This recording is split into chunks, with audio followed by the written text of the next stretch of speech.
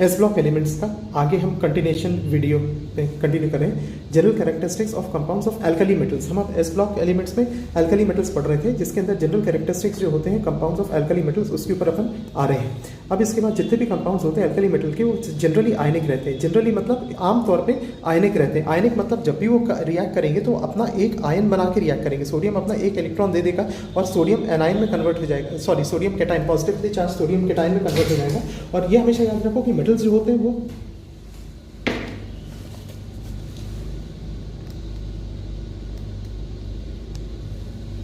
Metals जो होते हैं वो हमेशा, हाँ दिस इज़ वेरी इंपॉर्टेंट है कि मेटल्स जो होते हैं वो हमेशा केटाइंस बनाते हैं और सोडियम एल्कली मेटल्स होते हैं, एल्कलाइन अर्थ मेटल होते हैं। तो एस ब्लॉक के जो एलिमेंट्स होते हैं सारे मेटल्स होते हैं, तो वो आयनिक रहते हैं। अभी यदि अपन जनरल कैरेक्टरिस्टिक की अपन बात करें तो जनरल कैरेक्टरिस्टिक्स जो है उनकी इस तरीके से हैं कि सबसे पहले ऑक्साइड्स और हाइड्रोक्साइड्स बनाने की टेंडेंसी। ऑक्साइड मतलब ऑक्सीजन के साथ रिएक्ट करके, हाइड्रोक्साइड मतलब OH के साथ रिएक्ट करने के क्या बनाते हैं। तो ऑक्साइड मतलब जब हम ऑक्सीजन के साथ रिएक्ट करते हैं तो ऑब्वियसली वो कंबशन हो जाएगा हमेशा।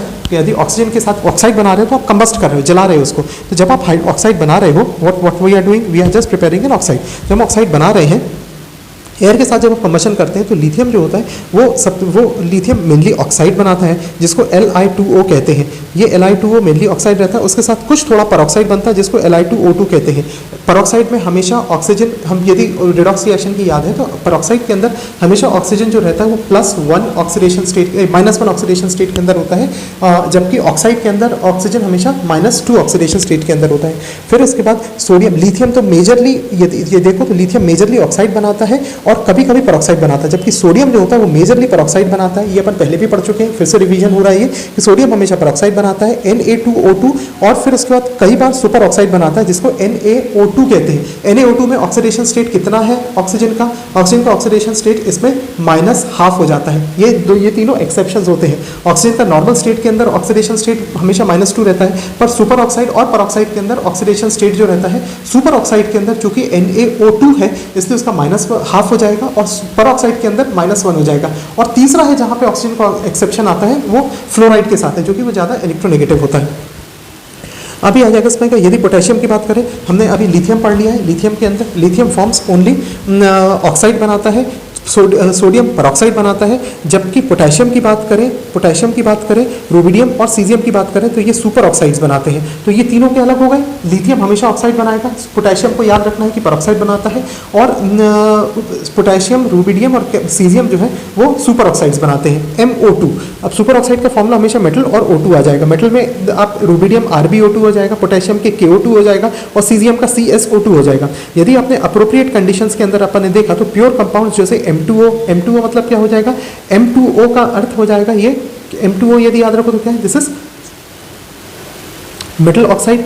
M2O2 is, what is M2O2? M2O2 is पर ऑक्साइड और MO2 इज सुपर ऑक्साइड। ये जो होते हैं ये अपन प्रॉपर कंडीशंस के अंदर रखेंगे तो इनको अपन इस तरीके से प्रिपेयर कर सकते हैं। फिर उसके बाद पेरोक्साइड या सुपर ऑक्साइड की स्टेबिलिटी जो है वो इंक्रीज होती है जैसे जैसे size of metal ion increase होता जाता है। जैसे जैसे size of metal ion increase होता है वैसे उसकी स्टेबिलिटी बढ़ती जाती है। साइज ऑफ मेटल आयन कब इंक्रीज होगा, जब आप ऊपर से नीचे चलोगे, डाउन द ग्रुप आप ऊपर से नीचे चलोगे तो size of the metal ion increase होता जाता है, क्योंकि इसका मतलब ये है कि ये जो स्टेबलाइजेशन होता है, बड़े आयंस का स्टेबलाइजेशन बहुत ज़्यादा हो जाता है बाय कैटाइंस। ठीक है ना, जितने भी बड़े आयंस रहते हैं, जितना बड़ा कैटाइन होगा, मेटल तो कैटाइन बनाता है, जितने ज़्यादा बड़े कैटाइंस होंगे वो उतने ही ज़्यादा अच्छे से उसको स्टेबलाइज कर देंगे।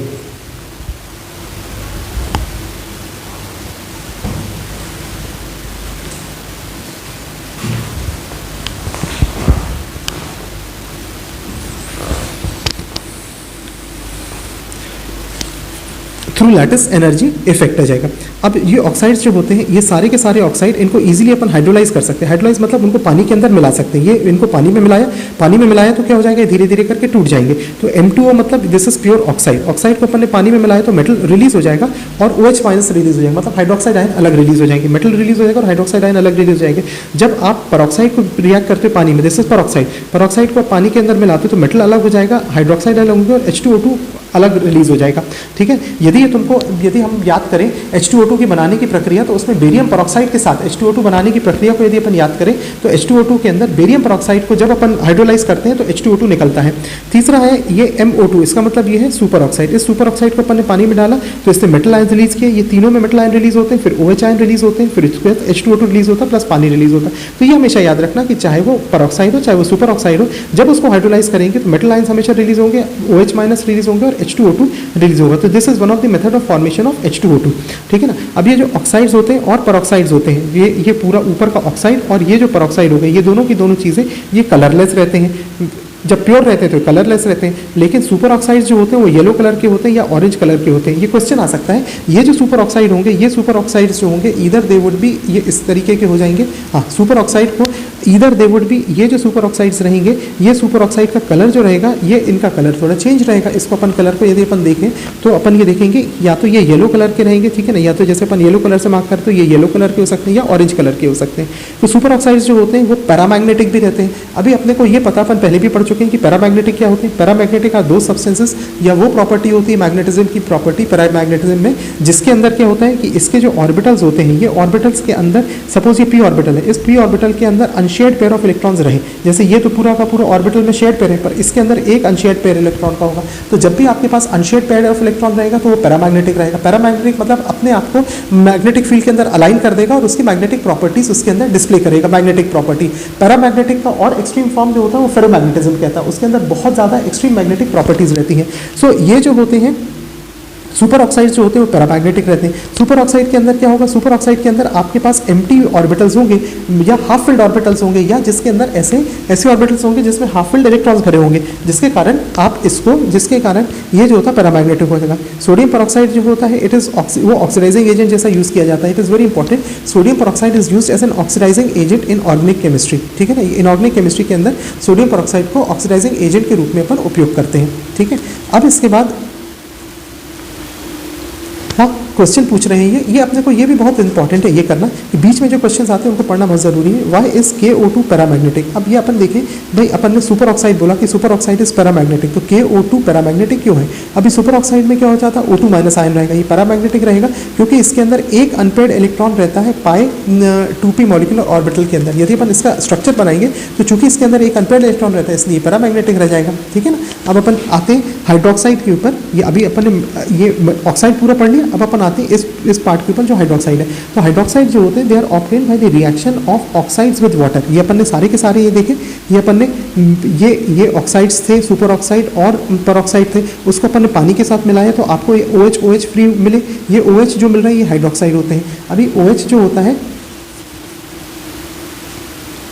तो ये जो these are always obtained by the reaction of oxides with water. ये सारे के सारे व्हाइट कलर के क्रिस्टलाइन सॉलिड्स होते हैं। इंपॉर्टेंट है ये इंपॉर्टेंट है कि ये व्हाइट कलर के क्रिस्टलाइन सॉलिड्स होते हैं। जितने भी हाइड्रोक्साइड होते हैं they are white coloured crystalline solid होते हैं। एल्कली मेटल हाइड्रोक्साइड्स जो होते हैं वो strongest of all the bases होते हैं। ये क्वेश्चन याद रखना, एल्कली मेटल हाइड्रोक्साइड मतलब एल्कली मेटल मतलब क्या होगा, सोडियम हो गया, पोटेशियम हो गया, आपका रूबिडियम हो गया, सीजियम हो गया। ये जो इनके साथ हाइड्रोक्साइड्स आते हैं, इनके हाइड्रोक्साइड में क्या आ जाएगा, OH ग्रुप लग गया। ठीक है ना, KOH लग गया, NaOH लग गया। तो these are the strongest of all the bases. ये सारे के सारे बेसिस जितने भी बेसिस उसमें सबसे स्ट्रॉन्गेस्ट ऑफ द बेसिस यही रहते हैं और ये फ्रीली डिजॉल्व हो जाते हैं पानी के अंदर विद एवोल्यूशन ऑफ खूब सारी हीट आ जाएगा ड्यू टू इंटेंस हाइड्रेशन। आप हाइड्रेट करते जाओगे उसके अंदर से it is an exothermic reaction, so heat release होती जाएगी। अब अगला आता है हैलाइड। हैलाइड्स के ऊपर आते हैं। अभी एल्कली मेटल हैलाइड मतलब MX जो होता है या ये हो गया और हाई मेल्टिंग। हाँ, सारी की सारी बहुत मेल्टिंग इनके बहुत ज़्यादा रहती है, हाई मेल्टिंग पॉइंट रहता है। फिर ये कलरलेस रहते हैं, क्रिस्टलाइन सॉलिड्स रहते हैं। अब MX के अंदर सबसे इंपॉर्टेंट MX जो अपन डेली यूज में देखते हो NaCl है, कॉमन सॉल्ट। अभी कॉमन सॉल्ट को यदि आप देखो तो कॉमन सॉल्ट क्रिस्टलाइन होता है। यदि उसका डला देखोगे तो क्रिस्टलाइन जैसा रहता है, it is a crystalline structure रहता है, कलरलेस रहता है। उसको जब अपन वो करते हैं आयोडीन मिला देते हैं तो व्हाइट कलर का दिखने लगता है, जिसके कारण जो अपन कॉमन सॉल्ट खाते हैं वो व्हाइट कलर का इसलिए दिखता है क्योंकि उसमें आयोडीन मिली है। पर यदि आप उसके एक्चुअल क्रिस्टल्स देखोगे तो क्रिस्टलाइन सॉलिड्स रहते हैं, कलरलेस रहते हैं। फिर उसके उसके बाद ये कैसे प्रिपेयर होते हैं, they are prepared by the reaction of appropriate oxide जो अपन ने देखा, हाइड्रोक्साइड जो अभी अपन देखेंगे, और carbonate with aqueous hydrohalic acid. Aqueous hydrohalic acid, hydro मतलब H हो गया, हाइड्रो हो गया, हेलिक मतलब हेलोजन लगा है तो HCl हो गया, HBr हो गया। ऐसी जो एसिड्स होती हैं HBr हो गया, फिर उसके बाद HF हो गया, ये सारी की सारी एसिड्स जो होगी इनको अपन हाइड्रोहेलिक एसिड्स कहते हैं। जब आप हाइड्रोहेलिक एसिड को, इन हाइड्रोहेलिक एसिड्स को आप रिएक्ट करते हो, हाँ, NaOH मतलब हाइड्रोक्साइड के साथ रिएक्ट करोगे। दूसरी चीज़ आप रिएक्ट करोगे मेटल ऑक्साइड के साथ, मतलब Na, सोडियम तो क्या बनाता है, सोडियम आपका बनाता है परऑक्साइड, तो Na2O हो जाएगा। तो मेटल ऑक्साइड के साथ, परऑक्साइड के साथ या कार्बोनेट के साथ Na2CO3, ठीक है ना, इन सब के साथ रिएक्ट करेंगे तो ये हो जाएगा। सेकेंड फ्लोर पे आ जाओ।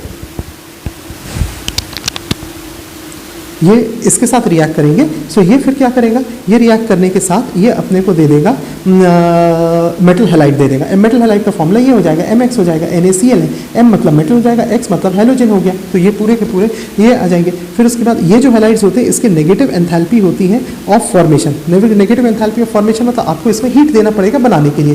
सो ये जो नेगेटिव एंथैल्पी ऑफ फॉर्मेशन होते हैं फ्लोराइड के लिए, जैसे जैसे अपन नीचे जाते हैं फ्लोराइड के लिए, आप फ्लोराइड बना रहे हो, फ्लोरीन के साथ आप क्या बना रहे हो, आपके पास ये ग्रुप 1 है, इस ग्रुप 1 के अंदर आप नीचे जाते जा रहे हो, सबसे ऊपर क्या आ जाएगा, हाँ हाइड्रोजन तो होता नहीं तो लिथियम आ जाएगा, फिर उसके बाद Na आ जाएगा, फिर उसके बाद K आ जाएगा, फिर उसके बाद लीना के Rb आ जाएगा, CS आ जाएगा, ठीक है ना। तो इस तरीके से जैसे अपन नीचे जाते जाएंगे तो ये फ्लोरीन बना, ये LiF बना, NaF बना, फिर उसके बाद KF बना, फिर उसके बाद रूबिडियम का RbF बना और सीजियम का CSF बना। तो अब ये जो अपने हैलाइड्स बन रहे हैं, ये इनकी नेगेटिव एंथैल्पी की जो वैल्यूज़ होती हैं वो जैसे जैसे अपन नीचे जाते जाते हैं उसकी नेगेटिविटी कम होती जाती है, ठीक है ना। जबकि क्लोराइड के साथ होता है, ये क्लोराइड और ब्रोमाइड और आयोडाइड के साथ बिल्कुल इसका उल्टा होता है। आप फ्लोराइड के अंदर ऊपर से नीचे जाने में, मैं फिर से बोलता हूँ, फ्लोराइड के अंदर ऊपर से नीचे जाने में नेगेटिव वैल्यू कम होती जाती है, जबकि क्लोराइड, ब्रोमाइड और आयोडाइड के अंदर बिल्कुल उल्टा होता है, ऊपर से नीचे जाने में इनकी वैल्यूज बढ़ती जाती है, नेगेटिव वैल्यू बढ़ती जाती है।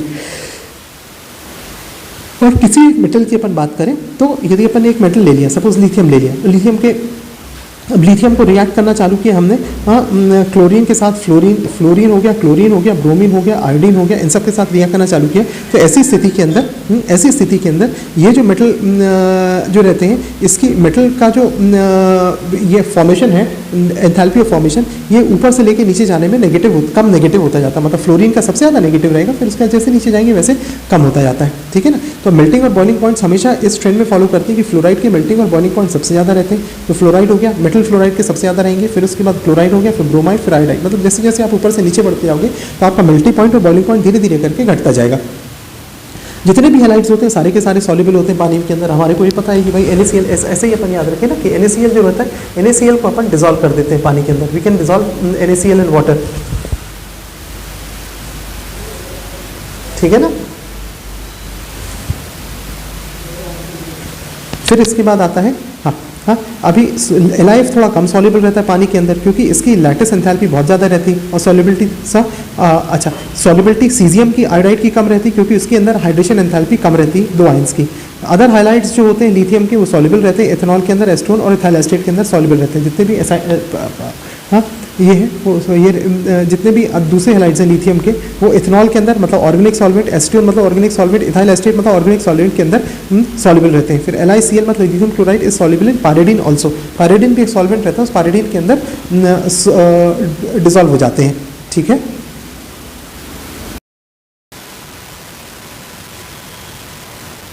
अब अपन करते हैं points of similarities between lithium and magnesium. अभी सिमिलैरिटी जो होती है लिथियम और मैग्नीशियम के अंदर बहुत सारी होती है। लिथियम और मैग्नीशियम को हमने ये भी पढ़ा था कि भाई लिथियम जो होता है, लिथियम है पहले ग्रुप का पहला एलिमेंट है। ये पहले ग्रुप का पहला एलिमेंट दूसरे ग्रुप के सेकंड एलिमेंट मैग्नीशियम के साथ इसकी सिमिलैरिटी होती है। ऐसे ही यदि हम बात करें तो सेकंड ग्रुप का जो पहला एलिमेंट है वो बेरिलियम है। बेरिलियम की थर्ड ग्रुप के सेकंड एलिमेंट के साथ बहुत सिमिलैरिटी होती है एल्यूमिनियम। तो इस तरीके से ये क्रॉस सिमिलैरिटीज़ होती है, जिसको डायगोनल रिलेशनशिप कहते हैं। सवाल आता है डायगोनल रिलेशनशिप कैसे की जाती है और किन किन एलिमेंट्स के बीच में होती है, ये पता होना बहुत ज़रूरी है। अब सिमिलैरिटी जो होती है लिथियम और मैग्नीशियम के बीच में ये बहुत स्ट्राइकिंग होती है, और ये इसलिए होती है क्योंकि इनकी साइजेस सिमिलर होती हैं। एटॉमिक रेडियस लिथियम का 152 पिकोमीटर है, मैग्नीशियम का 160 पिकोमीटर है, दोनों बराबर हो। आयनिक रेडियाई दोनों के लगभग बराबर होते हैं। तो सिमिलैरिटी क्या क्या होती है ये अपन देख लें एक बार। तो पहले लिथियम और मैग्नीशियम जो होते हैं दोनों बहुत हार्ड होते हैं। तो लिथियम तो सबसे हार्ड एल्कली मेटल होता है और मैग्नीशियम सबसे हार्ड एल्कलाइन मेटल होता है। लाइटर रहते हैं क्योंकि ये शुरू के मेटल्स है तो लाइटर रहते हैं अपने रिस्पेक्टिव ग्रुप के अंदर। लिथियम पानी के साथ बहुत धीमे रिएक्ट करता है, मैग्नीशियम पानी के साथ बहुत धीमे रिएक्ट करता है। तो बेसिकली रिएक्शन जो होता है वो दोनों धीमे धीमे होता है। जो ऑक्साइड और हाइड्रोक्साइड जो है, जो ऑक्साइड होते हैं और दूसरा हाइड्रोक्साइड होते हैं, ये दोनों कम सॉल्युबल रहते हैं पानी के अंदर, ठीक है। They are much less soluble than and their hydroxide जो होते हैं वो डिकम्पोज हो जाते हैं हीटिंग के अंदर। ऑक्साइड्स एक तो ऑक्साइड हो गया और हाइड्रोक्साइड पानी में डिजॉल्व नहीं होते, और उसके बाद हाइड्रोक्साइड को गर्म करो तो डिकम्पोज हो जाएंगे। दोनों की दोनों नाइट्राइड फॉर्म करते हैं। अपन ने देखा लिथियम नाइट्राइड होता है, जब उसको गर्म करते हैं पानी हवा में गर्म करते हैं तो लिथियम नाइट्राइड बन जाता है, मैग्नीशियम नाइट्राइड भी बन जाता है। लिथियम नाइट्राइड का फॉर्मूला Li3n होता है, नाइट्रोजन की वैलेंसी 3 होती है, लिथियम की वैलेंसी 1 होता है, तो ये Li3n हो गया। मैग्नीशियम की वैलेंसी हमेशा 2 रहेगी, नाइट्रोजन की वैलेंसी हमेशा 3 रहेगी, तो Mg3n2 होता है मैग्नीशियम नाइट्राइड। ये डायरेक्ट कॉम्बिनेशन होगा नाइट्रोजन के साथ। अभी जब इनको अपन गर्म करते हैं, अच्छा ऑक्साइड्स जो होते हैं ये Li2 और MgO कभी भी कंबाइन ये करते नहीं combine with excess oxygen to give any super oxide. अभी ये याद रखो कि जो ऑक्साइड्स की हम यदि बात करें तो सोडियम ऑक्साइड जो रहता है, सोडियम के साथ जब ऑक्सीजन कंबाइन करता है तो सोडियम परऑक्साइड बनाता है, और उसके नीचे जितने भी एल्कली एलिमेंट्स होते हैं वो फॉर्म करते हैं परऑक्साइड। लेकिन लिथियम सिर्फ ऑक्साइड फॉर्म करता है, ऐसे मैग्नीशियम भी सिर्फ ऑक्साइड फॉर्म करता है। ये दोनों सुपर ऑक्साइड वगैरह नहीं बनाते। अभी यदि कार्बोनेट्स की अपन बात करें तो लिथियम का कार्बोनेट और मैग्नीशियम का कार्बोनेट बहुत जल्दी डिकम्पोज हो जाते हैं उनको गर्म करने पे ऑक्साइड में और CO2 के अंदर। ये अपन ने अभी बात की कि इनके जो कार्बोनेट होते हैं ये तुरंत डिकम्पोज हो जाते हैं ऑक्साइड और CO2 के अंदर। सॉलिड लिथियम हाइड्रोजन कार्बोनेट बनता ही नहीं है, ठीक है ना सॉलिड हाइड्रोजन कार्बोनेट ना लिथियम का बनता है ना मैग्नीशियम का बनता है, जबकि ये सॉलिड हाइड्रोजन कार्बोनेट बाकी सारे एल्कली मेटल्स के बनते हैं। फिर लिथियम क्लोराइड और मैग्नीशियम क्लोराइड दोनों इथेनॉल के अंदर सॉल्युबल रहते हैं, क्योंकि लिथियम क्लोराइड क्या है, अपन ने बात की लिथियम जो होता है वो कोवेलेंट रहता है, मैग्नीशियम क्लोराइड भी कोवेलेंट रहते हैं, उसके नीचे के सारे आयनिक रहते हैं। जो कोवेलेंट रहते हैं वो ऑर्गेनिक सॉल्वेंट्स जैसे इथेनॉल है उसके अंदर डिजॉल्व हो सकते हैं। फिर लिथियम क्लोराइड और मैग्नीशियम क्लोराइड दोनों डेलिंक्वेंसेंट है, मतलब ये दोनों के अंदर वाटर क्रिस्टलाइजेशन जाके अटैच जाता है। लिथियम के अंदर 2 होते हैं, LiCl2H2 और MgCl2 तो बहुत ही ज़्यादा होता है। MgCl2 तो हाइस्ट डेलिंक्वेंसेंट प्रॉपर्टी रहती है among the alkaline earth metals. फिर उसके बाद सम इंपॉर्टेंट कंपाउंड्स होते हैं सोडियम के। इसमें पहला जो इंडस्ट्रियली इंपॉर्टेंट कंपाउंड्स जो है वो सोडियम कार्बोनेट होता है, सोडियम हाइड्रोक्साइड, फिर उसके बाद sodium chloride and sodium bicarbonate, ये 4 होते हैं।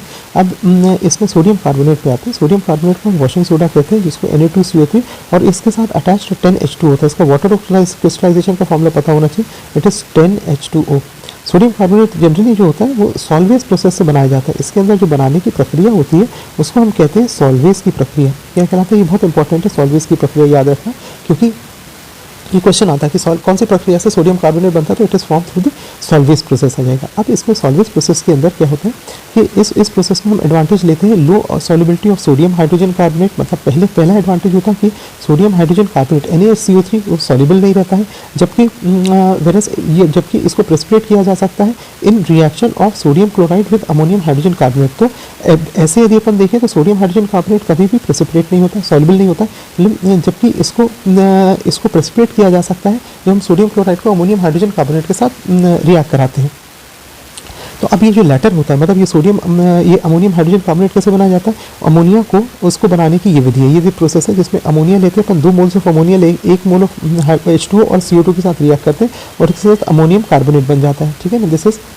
दिस इज अमोनियम कार्बोनेट बन गया। अब अमोनियम कार्बोनेट को फर्दर फिर से हमने ये जो दोनों हैं ये दोनों इसके साथ रिएक्ट करा दिया, मतलब H2 और CO2 के साथ फिर से रिएक्ट करा दिया। ये रिएक्ट कराया तो ये अमोनियम हाइड्रोजन कार्बोनेट पे कन्वर्ट हो गया। तो ये जो अमोनियम हाइड्रोजन कार्बोनेट है वो इस तरीके से बनता है। फिर इसके बाद ये अमोनियम हाइड्रोजन कार्बोनेट को जब अपन NaCl के साथ मिलाते हैं, यहाँ पे लिखा है कि सोडियम क्लोराइड को जब अमोनियम हाइड्रोजन कार्बोनेट के साथ मिलाते हैं तो ये अमोनियम हाइड्रोजन कार्बोनेट है, ये सोडियम क्लोराइड है, इसको मिलाए तो NH4Cl बन जाएगा प्लस NaHCO3 बन जाएगा, ठीक है ना, ये बन गया। अब ये NaHCO3 जब इसको गर्म करते हैं तो इसके अंदर से ये निकल जाता है, H2O निकल जाता है और Na2CO3 में कन्वर्ट हो जाता है। अब ये सोडियम हाइड्रोजन कार्बोनेट के जो होते हैं इसमें क्रिस्टल्स बनते हैं, ये क्रिस्टल्स को गर्म करने पर सोडियम कार्बोनेट मिल जाता है। तो ये जो होता है इट इज़ अ क्रिस्टलाइन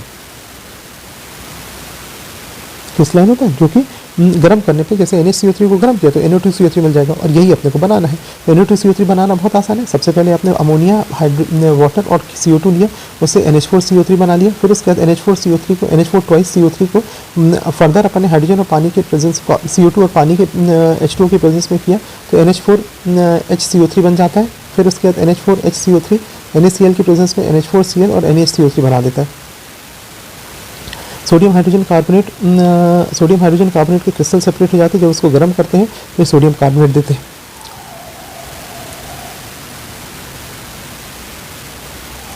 फिर इसके बाद इस प्रोसेस के अंदर इस अमोनिया को रिकवर करना है, तो जब अपन ये NH4Cl का जो सॉल्यूशन रहता है, इस NH4Cl के सॉल्यूशन को अपन ट्रीट करते हैं कैल्शियम हाइड्रोक्साइड के साथ, तो कैल्शियम क्लोराइड, ये कैल्शियम हाइड्रोक्साइड के साथ ट्रीट करते हैं NH4Cl को, तो कैल्शियम क्लोराइड निकलता है, वाटर निकलता है और अमोनिया रीजनरेट हो जाता है। सो ये अपने को अमोनिया मिल गया बाय प्रोडक्ट के रूप में, कैल्शियम क्लोराइड भी बाय प्रोडक्ट के रूप में मिल गया और आपको अमोनिया भी मिल जाता है। तो ये पूछा जा सकता है कि भाई सॉल्वेज प्रोसेस के बाय प्रोडक्ट क्या है। तो सॉल्वेज प्रोसेस के जो बाय प्रोडक्ट होते हैं, सॉल्वेज प्रोसेस के बाय प्रोडक्ट में आप NH4Cl को जब COH इसके साथ ट्रीट करते हैं तो आपको अमोनिया और CaCl2 वापस से मिल जाता है, ठीक है ना। अब ये जो सॉल्वेज प्रोसेस होती है वो इसमें बहुत इंपॉर्टेंट है सोडियम। ये आप इससे Na2CO3 तो बना सकते हैं सॉल्वेज प्रोसेस से, सोडियम कार्बोनेट तो बना सकते हैं, पर पोटेशियम कार्बोनेट नहीं बना सकते, इसलिए क्योंकि पोटेशियम हाइड्रोजन कार्बोनेट जो होता है वो बहुत सॉल्युबल होता है और वो प्रेसिपिटेट हो जाता है by addition of ammonium hydrogen carbonate to saturated solution of KCl। जैसे अपन ने यहाँ पे किया था कि ये सैचुरेटेड सॉल्यूशन के साथ रिएक्ट किया, जैसे NH4Cl बन गया और NHCO3 बन गया, वैसा इसके अंदर होते नहीं। जब ये अमोनियम हाइड्रोजन कार्बोनेट को सैचुरेटेड सॉल्यूशन ऑफ KCl के साथ, यहाँ पे NaCl है तो KCl के साथ रिएक्ट करेंगे तो ये एकदम से डिजॉल्व हो जाएगा, फिर ये बनते नहीं है, जब बनते नहीं तो बना ही नहीं सकते इसको। सोडियम कार्बोनेट बहुत वाइट रहता है, it is a white crystalline solid रहता है जो कि डेकाहाइड्रेट के रूप में एग्जिस्ट करता है। अभी अपन ने देखा ये इसका मॉलिक्यूल होता है, इट इज़, इसको अपन वॉशिंग सोडा भी कहते हैं। ये पानी के अंदर, वॉशिंग सोडा तो पानी के अंदर तो डिजॉल्व हो जाता है, तो इसको गर्म करते हैं तो ये डेकाहाइड्रेट एकदम से डेकाहाइड्रेट पानी को छोड़ देता है वाटर क्रिस्टलाइजेशन और ये मोनोहाइड्रेट में कन्वर्ट हो जाता है। 373 केल्विन के ऊपर मोनोहाइड्रेट जो होता है वो कम्प्लीटली एनहाइड्रस हो जाता है। इसके ऊपर यदि आपने गर्म किया 373 के ऊपर 375 तक गर्म, मतलब 373 तक गर्म करने पे डेकाहाइड्रेट मोनोहाइड्रेट में कन्वर्ट हो जाएगा। इसमें 10 जो वाटर के मॉलिक्यूल्स रहते हैं उनमें से 9 निकल जाएंगे और ये 9 निकल जाएंगे और ये मोनोहाइड्रेट में कन्वर्ट हो जाएगा। अब इस मोनोहाइड्रेट को यदि 373 के ऊपर गर्म किया तो सोडियम कार्बोनेट में कन्वर्ट हो जाता है और पानी में कन्वर्ट हो जाता है। ये जो कार्बोनेट पार्ट होता है सोडियम कार्बोनेट का, ये CO3 पार्ट जो होता है ये हाइड्रोलाइज हो जाता है पानी के साथ उसके एल्कलाइन सॉल्यूशन में। ये जो NO2CO3 का जो पार्ट होता है उसको यदि अपन ने पानी डाला, इस NO2CO3 के अंदर पानी डाला तो बाइकार्बोनेट बन जाएगा और OH बन जाएगा। तो ये बेसिकली हाइड्रोलाइज हो जाता है पानी डालने में। बहुत आसान से यूजेस है। पहली चीज़ वाटर सॉफ्टनिंग एजेंट होता है, सोडियम कार्बोनेट को यूज़ करते हैं टेम्परेरी हार्डनेस को खत्म करने के लिए, तो वाटर सॉफ्टनिंग एजेंट होता है। लॉन्डरिंग और क्लीनिंग के अंदर यूज़ होता है। ग्लासेस के मैन्युफैक्चरिंग में, सोप, बोरैक्स और कॉस्टिक सोडा की प्रिपरेशन में, फिर पेपर, पेंट, टेक्सटाइल इंडस्ट्रीज में यूज़ होता है और it is use as a laboratory reagent in the qualitative and quantitative analysis. ये अभी जो नेक्स्ट चैप्टर आएगा उसके अंदर हमारे को एनालिसिस पढ़ेंगे तो उसके अंदर ही आ जाएगा। फिर उसके बाद सोडियम क्लोराइड, सबसे अबंडेंट सोर्स सोडियम क्लोराइड का सी वाटर होता है। सी वाटर के अंदर अबंडेंस होता है और उसके अंदर 2.7 से 2.9% बाय मास ये रहता है। अभी ट्रॉपिकल कंट्रीज जैसे इंडिया जैसे ट्रॉपिकल कंट्रीज हैं वहाँ पे कॉमन सॉल्ट जनरली हम ऑब्टेन करते हैं evaporation of sea water. Sea water लेके उसको अपन इवेपोरेट किया तो जो बचता है वो कॉमन सॉल्ट रहता है। अप्रॉक्सीमेटली 50 लाख टन सॉल्ट हम हिंदुस्तान में सोलर इवेपोरेशन से बनाते हैं। क्रूड सोडियम कार्बोनेट, जो क्रूड मतलब जिसे अपन इवेपोरेट किया तो बचता है वो that is crude sodium carbonate, sodium chloride. Crude sodium chloride is generally obtained by crystallisation of brine solution. अब ब्राइन का सॉल्यूशन मतलब NaCl जो होता है उसके सॉल्यूशन को अपन ब्राइन सॉल्यूशन कहते हैं। ये जो सॉल्यूशन होता है उसको आपने क्रिस्टलाइन कर दिया, आपने जैसे ही अपन ने इसको क्रिस्टलाइन किया वैसे ही वो सोडियम वो क्रूड NaCl दे देता, पर उसके अंदर इंप्योरिटीज़ बहुत रहती हैं। इंप्योरिटीज़ क्यों हो जाएंगी?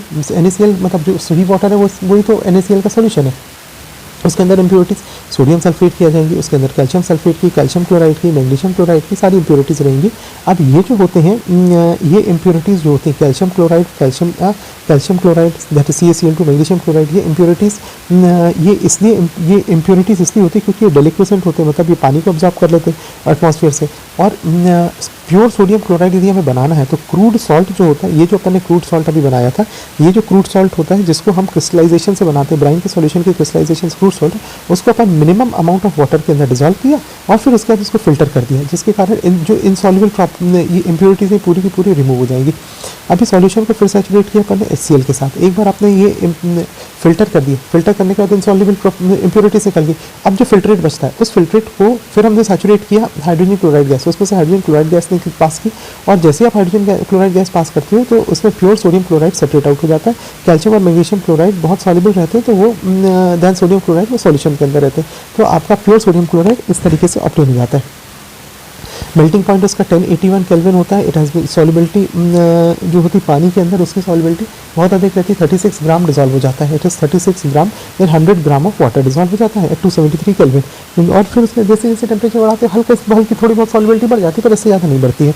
इसके यूजेस पहली चीज़ तो कॉमन सॉल्ट या टेबल सॉल्ट के रूप में यूज़ कर सकते हैं। दूसरी चीज़ Na2O2 मतलब सोडियम पेरोक्साइड बनाने में, NaOH बनाने के अंदर या Na2CO3 बनाने के अंदर यूज़ करते हैं। सोडियम कार्बोनेट, सोडियम हाइड्रोक्साइड और Na2O2 सोडियम पेरोक्साइड बनाने के काम में भी इसको उपयोग करते हैं। फिर NaOH, इस NaOH को अपन कॉस्टिक सोडा कहते हैं। NaOH is caustic soda. अभी जो सोडियम हाइड्रोक्साइड होता है, इट इज़ जनरली, ये जो जनरली प्रिपेयर होता है कमर्शियली अपन इसको प्रिपेयर करते हैं सोडियम क्लोराइड के इलेक्ट्रोलिसिस से करते हैं इन दी कास्नर केल्नर सेल। ये इंपॉर्टेंट है। कास्नर केल्नर सेल नाम का एक सेल होता है जिसके अंदर उसको इलेक्ट्रोलाइज करके बनाया जाता है, सोडियम क्लोराइड के इलेक्ट्रोलाइसिस से बनाया जाता है। पहले ब्राइन सॉल्यूशन ले लिया, ब्राइन सॉल्यूशन मतलब NaCl का सॉल्यूशन ले लिया, NaCl का सॉल्यूशन NaCl को पानी में मिला लिया, तो ये हो गया। उसको इलेक्ट्रोलाइज किया जिसके अंदर मरकरी के कैथोड रहते हैं और कार्बन का एनोड रहता है, तो ये अपन ने लिया, ये लिया जिसके अंदर अपन ने ब्राइन पूरा भर दिया। इसके अंदर ये पूरा का पूरा ब्राइन है, ये सॉल्यूशन ऑफ NaCl। अब इसके अंदर हमने इसके अंदर 2 इलेक्ट्रोड्स डाले। पहला इलेक्ट्रोड जो था ये पहला इलेक्ट्रोड है, ये है मरकरी कैथोड होता है, ये Hg है, ये कैथोड हो गया, ठीक है ना। फिर उसके बाद ये Hg कैथोड हो गया और इसके अंदर एनोड जो होगा ये कार्बन होता है, ये जो है ये कार्बन है, ठीक है ना। अब इसके अंदर इलेक्ट्रोलाइसिस हमने कराना चालू किया।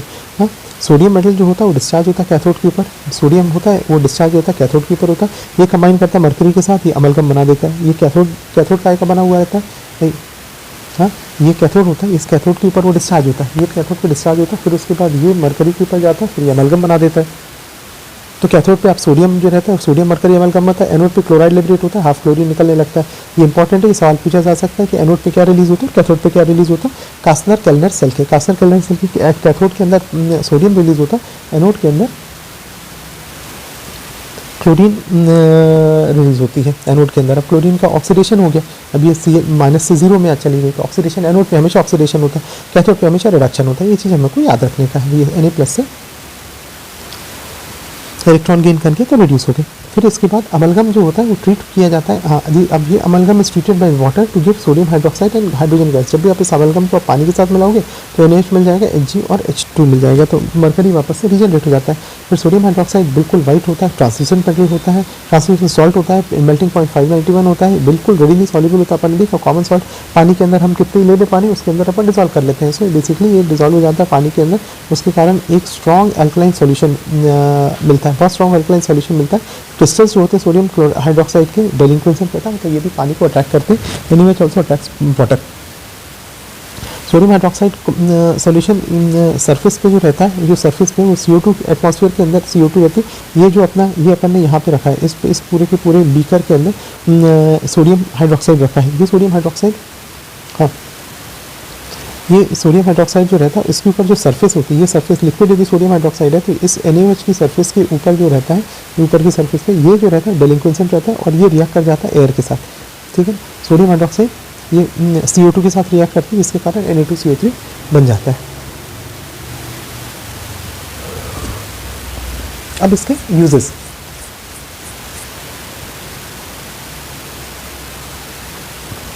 पहला यूज़ होता है मैन्युफैक्चरिंग ऑफ साबुन के बनने में यूज़ होता है, पेपर, आर्टिफिशियल सिल्क और बहुत सारे केमिकल्स बनाने के काम में आता है। पेट्रोलियम की रिफाइनिंग के अंदर यूज़ होता था पहले, सोडियम हाइड्रोक्साइड पेट्रोलियम की रिफाइनिंग यूज़ होता है। प्योरिफिकेशन ऑफ बॉक्साइट, ये अगला है, बॉक्साइट के प्योरिफिकेशन के अंदर लगता है। जब एल्यूमिनियम की ओर पढ़ेंगे और एल्यूमिनियम की रिफाइनिंग पढ़ेंगे तो उसके अंदर प्योरिफिकेशन ऑफ ये आएगा, जिसमें हमारे को ये याद रखना पड़ेगा कि ये कंपाउंड जो होता है NaOH it is use for purification of bauxite. Textile industries में होता है, मर्सनरिंग कॉटन फैब्रिक्स के लिए हो जाएगा, फिर प्योर फैट और ऑयल बनाने के लिए यूज़ होता है और लेबोरेटरी रिएजेंट जैसा यूज़ होता है। अभी आते हैं sodium hydrogen carbonate, that is baking soda.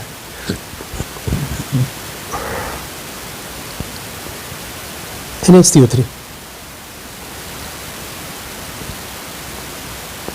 Sodium hydrogen carbonate को बेकिंग सोडा भी कहते हैं, क्योंकि जब गर्म करते हैं तो डिकम्पोज होता है, इसके अंदर बबल्स ऑफ कार्बन डाइऑक्साइड निकलते हैं, इसके CO2 के बबल्स निकलते हैं और होल से निकलते हैं केक और पेस्ट्री के अंदर, इसलिए चूंकि इसको गर्म करके इसमें CO2 निकलता है, इसलिए इसको बेकिंग सोडा भी कहते हैं, गर्म करने में काम आता है। फिर इसके बाद ये जो केक होता है इनके कारण बहुत सॉफ्ट, बहुत फ्लाइट और बहुत फ्लफी बनता है। सोडियम हाइड्रोजन कार्बोनेट जो बनता है कैसे,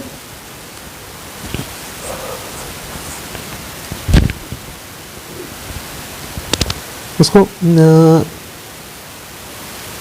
सोडियम कार्बोनेट के सॉल्यूशन को सैचुरेट कर दिया विद कार्बन डाइऑक्साइड। ये सोडियम कार्बोनेट का सॉल्यूशन है, उसको मैं अपन ने सैचुरेट किया। ये सॉल्यूशन मतलब पानी के साथ मिला हुआ है, सोडियम कार्बोनेट जो है वो पानी के साथ मिला है तो सॉल्यूशन बनता है, उसके अंदर अपन ने CO2 डाला, उसको CO2 से मिला है तो आप सोडियम हाइड्रोजन कार्बोनेट बन जाता है। ये व्हाइट क्रिस्टलाइन पाउडर होता है, ये सॉल्युबल नहीं होता है, ठीक है ना, धीरे से सेपरेट आउट हो जाता है। Sodium hydrogen carbonate mild antiseptic जैसा यूज़ होता है स्किन इन्फेक्शन में और फायर एक्सटिंग्विशर्स में बहुत यूज़ होता है। ये बहुत ज़रूरी है कि फायर एक्सटिंग्विशर्स में यूज़ होता है। क्यों होता है भाई फायर एक्सटिंग्विशर्स में यूज़ होती है? सोडियम हाइड्रोजन कार्बोनेट क्यों होता है फायर एक्सटिंग्विशर्स में यूज़? सोडियम हाइड्रोजन कार्बोनेट तुरंत ही डिसइंटीग्रेट करके जब भी आप गर्म करोगे तो तुरंत डिसइंटीग्रेट होकर CO2 दे देता है। CO2 गैस जब तक नहीं निकलेगी तब तक तो CO2 gas is important gas for fire extinguishing, इसलिए उसको फायर एक्सटिंग्विशर्स में यूज़ किया जाता है NaCO3 को।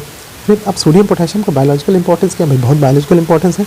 एक 70 साल का आदमी जो रहता है वो 90 ग्राम सोडियम कंटेन करता है, 170 ग्राम पोटेशियम कैरी करता है अपनी बॉडी के अंदर, तो बेसिकली 90 ग्राम सोडियम कंटेन करता है और 170 ग्राम पोटेशियम कंटेन करता है। उसके साथ आयरन जो है वो 5 ग्राम रहता है, कॉपर 0.06 ग्राम रहता है बॉडी के अंदर।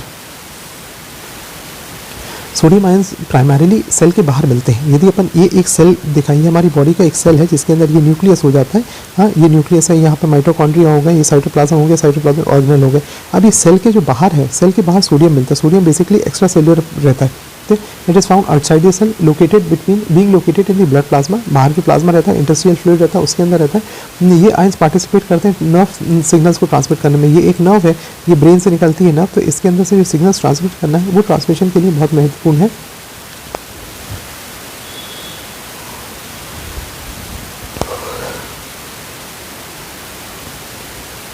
ये रेगुलेट करता है पानी के फ्लो को अक्रॉस द सेल मेम्ब्रेन जाएगा और ट्रांसपोर्ट करता है शुगर्स और amino acid into the cell. यहाँ पे क्या होता है, एक्सचेंजेस रहते हैं, जिसमें क्या होता है, ये सेल है, सेल के ऊपर एक एक्सचेंजर प्रोटीन लगा रहता है। इस प्रोटीन ये प्रोटीन कंबाइन करता है सोडियम और प्रोटीन को, यदि प्रोटीन को अंदर जाना तो सोडियम के साथ कंबाइन करके इस ट्रांसपोर्टर के माध्यम से ये ट्रांसपोर्टर अपना उल्टा हो जाता है। जैसे यहाँ पे रखा है एकदम से, जैसे दोनों अटैच होते हैं उल्टा हो जाता है। बाहर का सर्फेस जिसपे सोडियम और प्रोटीन अटैच है वो अंदर आ जाते हैं और अंदर का सर्फेस बाहर चला जाता है। ये नॉर्मल तरीका होता है जिससे शुगर्स हो गई, अमीनो एसिड सेल्स के अंदर जाते हैं। अभी सोडियम और पोटेशियम केमिकली तो बहुत सिमिलर रहते हैं, लेकिन सेल मेम्ब्रेन को पेनिट्रेट करने के अलावा मामले में बहुत अंतर है। सेल मेम्ब्रेन को पेनिट्रेट जो होता है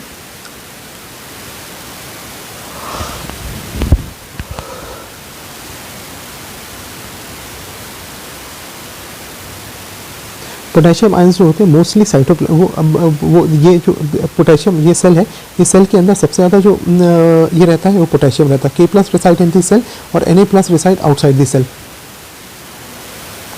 पोटेशियम मोस्ट अबंडेंट कैटायन होता है सेल फ्लूइड के अंदर, दे डू नॉट एक्टिवेट। अब ये बहुत सारी एक्टिविटीज़ करते हैं, उनमें से एक होता है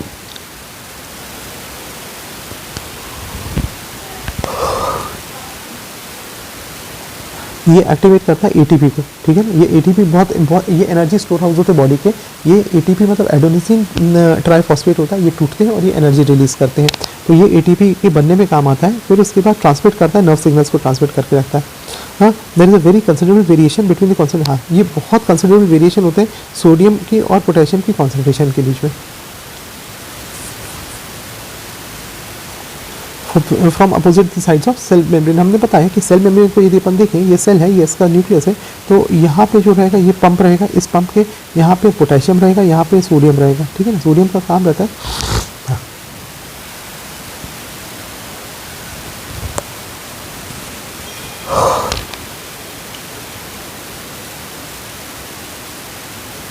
ठीक है ना। तो ये बाहर जो रहेगा सोडियम की कॉन्सेंट्रेशन 135 से 145 मिली इक्विवेलेंस पर लीटर रहती है, जबकि पोटेशियम की कॉन्सेंट्रेशन 3.5 से 5.5 मिली इक्विवेलेंस पर लीटर रहता है, ठीक है।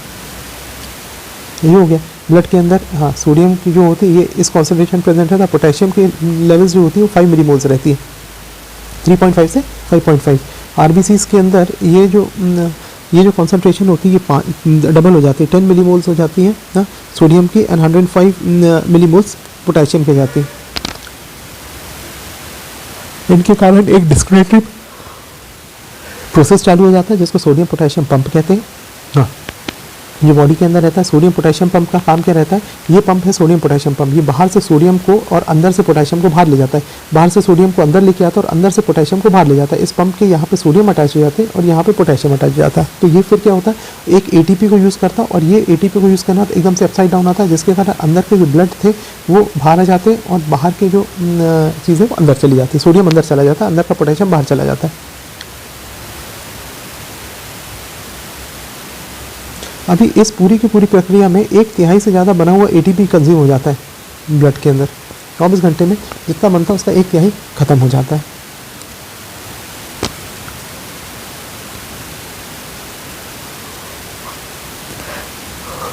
इसके बाद आते हैं अल्कलाइन अर्थ मेटल, जिसका वीडियो अलग से बनाएंगे।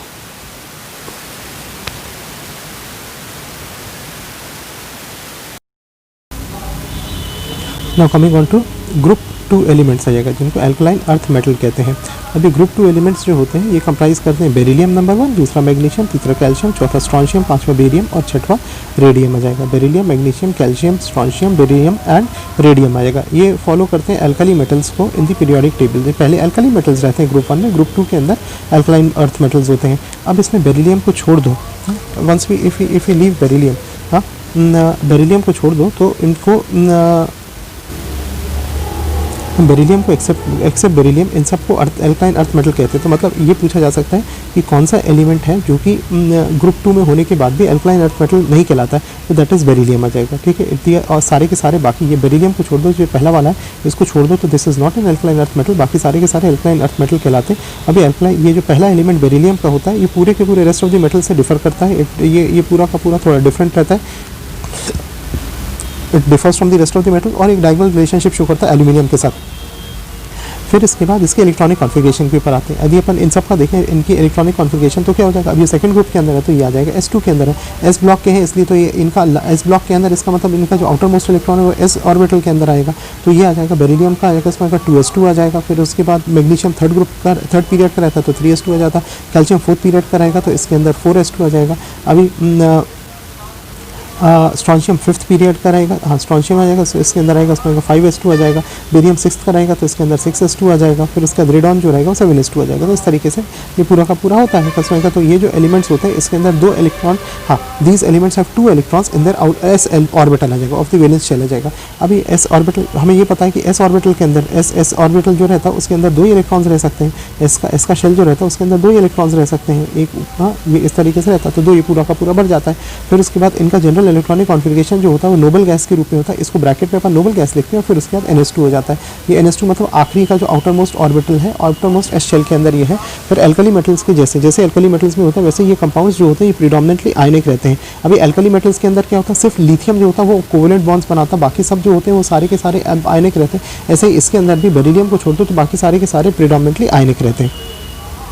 फिर इसके बाद ये टेबल बहुत ज़रूरी होता है समझना कि भाई इसमें ये टेबल के अंदर उसकी एटॉमिक फिजिकल प्रॉपर्टीज़ और सारी की सारी प्रॉपर्टीज़ हैं। ये एटॉमिक नंबर है, बेरिलियम का 4 है, मैग्नीशियम का 12 रहता है, कैल्शियम का 20 एटॉमिक नंबर रहता है, 38 रहता है, स्ट्रॉन्शियम का, बेरियम का 56 रहता है और रेडियम रहता है 88। ये इनका एटॉमिक मास आ जाता है। फिर इसके बाद इलेक्ट्रॉनिक कॉन्फ़िगरेशन, ये इलेक्ट्रॉनिक कॉन्फ़िगरेशन में नोबल गैस कॉन्फ़िगरेशन, उसके बाद इनका जो आउटर मोस्ट शेल है वो लिख दिया जाता है। फिर उसके बाद आयनाइजेशन एंथैल्पी यदि अपन देखें तो सबसे ज़्यादा आयनाइजेशन एंथैल्पी बेरिलियम की रहती है और फिर उसके बाद ग्रेजुअली धीरे धीरे करके आयनाइजेशन एंथैल्पी घटती जाती है। जैसे जैसे हम राइट में जाते हैं वैसे आयनाइजेशन एंथैल्पी घटती जाती है। फिर जैसे जैसे हम ऊपर से नीचे चलते जाते हैं, ऊपर से नीचे चलते जाएंगे तो आयनाइजेशन एंथैल्पी घटती जाएगी।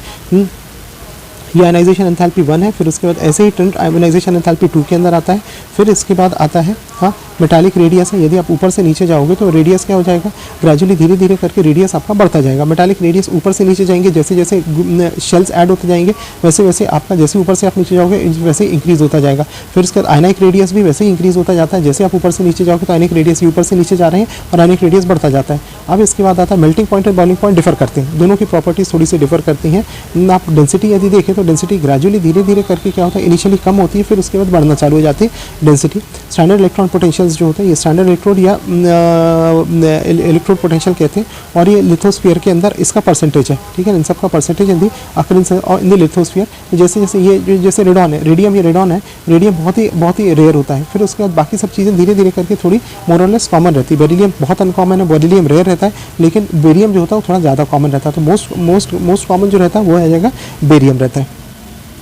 अब इसके बाद इसमें यदि अपन देखें तो एटॉमिक और आयनिक रेडियाई जो होते हैं ये मेटल का ये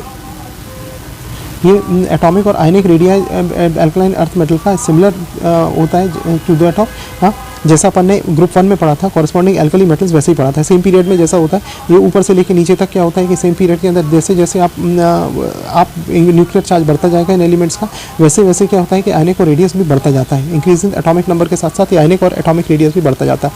यदि हम आयनाइजेशन एंथैल्पी की बात करें तो जैसे जैसे आप ऊपर से नीचे आते जाएंगे वैसे वैसे क्या होगा आपकी आयनाइजेशन एंथैल्पीज, यहाँ पे अपन देख रहे हैं कि ऊपर वालों के अंदर आयनाइजेशन एंथैल्पी जो है वो सबसे ज़्यादा रहती है, फिर बाद में कम होती जाती है। कि ये चाहे पहला आयनाइजेशन एंथैल्पी हो चाहे सेकंड आयनाइजेशन एंथैल्पी, ये दोनों कम हो जाती है। तो क्यों होता है आयनाइजेशन एंथैल्पी कम होती जाती है? इसलिए क्या होता है कि जो शुरुआत ऊपर के जो एलिमेंट्स रहते हैं वो ज़्यादा क्लोज रहते हैं, उनका जो एस ऑर्बिट रहता है वो न्यूक्लियस के ज़्यादा क्लोज रहता है, तो उसके अंदर इफेक्टिव न्यूक्लियर चार्ज ज़्यादा लगता है। लेकिन जैसे जैसे जैसे नीचे अपन बढ़ते जाते हैं तो नंबर ऑफ शेल्स बढ़ते जाते हैं, ये दूर होता जाता है, और बीच में एक डी ब्लॉक और एफ ब्लॉक भी आने लगते हैं। मतलब थर्ड पीरियड के बाद डी ब्लॉक भी आना लगता है। ये डी ब्लॉक और एफ ब्लॉक जो रहते हैं वो शील्ड करना चालू कर देते हैं, तो इसके ऊपर इसका इफेक्ट, मतलब ये जो इलेक्ट्रॉन आउटर मोस्ट इलेक्ट्रॉन है इसके ऊपर न्यूक्लियस का अट्रैक्शन जो होता है वो कम होता जाता है, इसलिए इनकी आयनाइजेशन एंथैल्पी घटती जाती है। आयनाइजेशन एंथैल्पी जो अल्कलाइन अर्थ मेटल का जो होता है उनकी आयनाइजेशन एंथैल्पी वैसे भी कम रहती है, इसमें आएगा हाँ लो आयनाइजेशन एंथैल्पी आ जाएगा, क्योंकि उनकी साइज़ बढ़ी हुई रहती है, क्योंकि इसके अंदर एटॉमिक साइज़ जो होती है इंक्रीज होती है, एटॉमिक साइज़ बढ़ती जाती है ऊपर से नीचे, इसलिए आयनाइजेशन एंथैल्पी भी घटती जाती है। पहली आयनाइजेशन एंथैल्पी जो होती है वो ज़्यादा होती है than the corresponding group 1 group. आप जैसे आप एक ग्रुप से आप दूसरे ग्रुप में आ जाएंगे, ये ग्रुप 1 हो गया, ये ग्रुप 1 हो गया, ये ग्रुप 2 हो जाएगा, तो जैसे जैसे हम पीरियड में राइट की तरफ मुड़ते जाते हैं वैसे वैसे क्या होता है आपका शेल तो वही रहता है, उसी शेल के अंदर इलेक्ट्रॉन्स आने रहते हैं, तो उसके अंदर क्या होता है न्यूक्लियर चार्ज इंक्रीज होता जाता है। न्यूक्लियर चार्ज इंक्रीज हो जाता है तो अट्रैक्शन इंक्रीज हो जाता है, तो जैसे जैसे आप पीरियड में राइट की तरफ मूव करते जाते हैं वैसे वैसे आपकी आयनाइजेशन एंथैल्पी बढ़ती जाती है। तो ग्रुप 2 एलिमेंट्स की सेम पीरियड के अंदर आयनाइजेशन एंथैल्पी ग्रुप 1 से ज़्यादा रहेगी। फिर उसके बाद आता है एक इंटरेस्टिंग चीज़ होती है नोट करने के लिए कि सेकेंड आयनाइजेशन एंथैल्पी जो होती है अल्कलाइन अर्थ मेटल की कम रहती है देन दी अल्कली अर्थ मेटल्स, उनके जो अल्कली मेटल्स रहते हैं उनसे थोड़ी कम रहती है इनकी। फिर उसके बाद हाइड्रेशन एंथैल्पी, हाइड्रेशन मतलब जो अपन ने हाइड्रेट किया तो उसके अंदर कितना एनर्जी रिलीज हुआ। जैसे अपन ने अल्कली मेटल्स में देखा हाइड्रेशन एंथैल्पी जो अल्कलाइन अर्थ मेटल की डिक्रीज होती है, डिक्रीज विद इंक्रीजिंग साइज, जैसे जैसे साइज बढ़ती जाती है वैसे वैसे हाइड्रोजन H2O को अब्जॉर्ब करने की जो एंथैल्पी होती है वो भी कम होती जाती है। साइज जैसे बढ़ती जाएगी जैसे जैसे शेल इसके अंदर ऐड हो जाएंगे तो H2O की ऐड होने की पॉसिबिलिटी भी कम होती जाएगी। तो जो आयनाइजेशन जो हाइड्रेशन एंथैल्पी होती है वो सबसे ज़्यादा बेरिलियम की रहेगी क्योंकि सबसे ऊपर रहता, फिर मैग्नीशियम, कैल्शियम, स्ट्रोंशियम और बेरियम की रहेगी। फिर उसके बाद hydration enthalpy alkaline earth metal की ये ज़्यादा रहती है देन अल्कली मेटल। वैसे ही है जैसे आप ग्रुप 1 से आप ग्रुप 2 के अंदर आएंगे तो आपकी हाइड्रेशन एंथैल्पी थोड़ी सी ज़्यादा हो जाएगी। इसलिए क्या होता है कि ये जो अल्कलाइन अर्थ मेटल्स होते हैं उनके कंपाउंड एक्सट्रीमली हाइड्रेटेड रहते हैं, मतलब उनके साथ वाटर ऑफ हाइड्रेशन बहुत रहता है। अपन ने हाइड्रेशन वाटर के अंदर पढ़ा था कि वाटर में 3 प्रकार के हाइड्रेशन होते हैं, तो ये क्रिस्टलाइजेशन होता है, वाटर ऑफ क्रिस्टलाइजेशन इसके अंदर बहुत ज़्यादा होता है। तो ये जो रहते हैं अल्कलाइन अर्थ मेटल्स जो होते हैं बहुत ज़्यादा हाइड्रेटेड रहते हैं as compare to alkali metals. तो यदि कंपैरिजन में बोले एस ब्लॉक के एलिमेंट्स के अंदर कौन ज़्यादा हाइड्रेटेड रहते हैं तो obviously it is alkaline earth metals which are more hydrated than alkali metals आ जाएगा, ठीक है ना। अभी इसका उदाहरण भी ऐसे आता है कि MgCl2 या कैल्शियम क्लोराइड की हम बात करें तो ये जो होता है ये 6 हाइड्रेटेड होता है, ये 6 H2O दोनों रहते हैं, जबकि NaCl और KCl के अंदर कोई भी हाइड्रेट नहीं बनता। मैग्नीशियम और कैल्शियम जो हाइड्रेटेड जो क्लोराइड्स रहते हैं, जो क्लोराइड ऑफ कैल्शियम और मैग्नीशियम मतलब ग्रुप 2 एलिमेंट्स के जो ग्रुप 2 के जो क्लोराइड्स रहते हैं वो इतने ज़्यादा हाइड्रेटेड रहते हैं, जबकि ग्रुप 1 के क्लोराइड्स जो होते हैं बिल्कुल भी हाइड्रेटेड नहीं रहते। तो इससे अपने को ये समझ में आता है कि ये इनके अंदर हाइड्रेशन टेंडेंसी बहुत ज़्यादा रहती है। फिर इसके बाद फिजिकल प्रॉपर्टीज़ पे आते हैं। अल्कलाइन अर्थ मेटल जनरली जो होते हैं सिल्वरी वाइट रहते हैं, ये याद रखने का, बिल्कुल सिल्वरी वाइट रहते हैं, बिल्कुल सिल्वर जैसे वाइट रहते हैं, बड़े लस्टरस रहते हैं, बहुत शॉर्ट बहुत सॉफ्ट रहते हैं, सॉफ्ट तो बहुत रहते हैं लेकिन अल्कली मेटल से थोड़े हार्ड रहते हैं। अल्कली मेटल में सबसे ज़्यादा हार्ड लिथियम रहता है इसके अंदर। हाँ अल्कली मेटल्स, बाकी अल्कली मेटल्स बहुत सॉफ्ट रहते हैं, चाकू से भी काट सकते हैं। वैसे ये जो भी रहते हैं बहुत सॉफ्ट रहते हैं, ये भी चाकू से आप काटे जा सकते हैं, लेकिन अल्कली मेटल के कंपैरिजन में अल्कलाइन अर्थ मेटल थोड़े से ज़्यादा हार्ड है। बेरिलियम और मैग्नीशियम जो होते हैं वो ग्रे रंग के रहते हैं, बेरिलियम और मैग्नीशियम थोड़ा सा ग्रे कलर के रहते हैं। मेल्टिंग और बॉइलिंग पॉइंट जो रहती है इनकी अल्कली मेटल से थोड़ी सी ज़्यादा रहती है। जैसे ही अपन राइट में जाते हैं बॉइलिंग पॉइंट और मेल्टिंग पॉइंट थोड़ी सी बढ़ना चालू हो जाती है पीरियड के अंदर, तो इसलिए ये चूंकि इसकी साइज़ छोटी होती जाती है इसलिए मेल्टिंग और boiling point relative alkali metal से थोड़ी सी ज़्यादा हो जाती है, ठीक है ना। फिर इसके बाद आ जाते हैं they are strongly electropositive in nature रहते हैं। ये इलेक्ट्रोपॉजिटिव कैरेक्टर जैसे जैसे आप नीचे जाते जाओगे वैसे वैसे इंक्रीज होता जाता है। इलेक्ट्रोपॉजिटिविटी तो हमेशा ऊपर से लेके नीचे इंक्रीज हो जाती है। What is electropositivity? ये आपका न्यूक्लियस है, ये हमारा न्यूक्लियस है। इस न्यूक्लियस के बाहर इलेक्ट्रॉन्स की ये शेल्स है, इसके अंदर इलेक्ट्रॉन्स है। अब ये इलेक्ट्रॉन को हम कितनी ईजिली हम डोनेट कर सकते हैं उस टेंडेंसी को हम इलेक्ट्रोपॉजिटिविटी कहते हैं। जितनी ईजिली हम दे सकते हैं इलेक्ट्रॉन को उतना ही ज़्यादा इलेक्ट्रोपॉजिटिव रहेगा। तो जैसे जैसे हम नीचे जाते हैं शेल बढ़ते जाते हैं तो उसका अट्रैक्टिव फोर्स कम होता जाता है। जैसे हमने बात की कि बीच में आपको डी ब्लॉक भी आ जाते हैं जो कि शील्डिंग इफेक्ट प्रोड्यूस कर देगा। शील्डिंग इफेक्ट आ जाएगा उसमें डी ब्लॉक और एफ ब्लॉक के कारण क्या है कि ये उतना इसका न्यूक्लियर अट्रैक्शन फोर्स कम होता जाता है, जिसके कारण क्या होता है इलेक्ट्रोपॉजिटिव कैरेक्टर इंक्रीज होता जाता है। बेरिलियम से बेरियम तक आ जाएगा। कैल्शियम, स्ट्रॉन्शियम और बेरियम जो होते हैं वो ब्रिक रेड, क्रिम्सन और एप्पल कलर। अच्छा,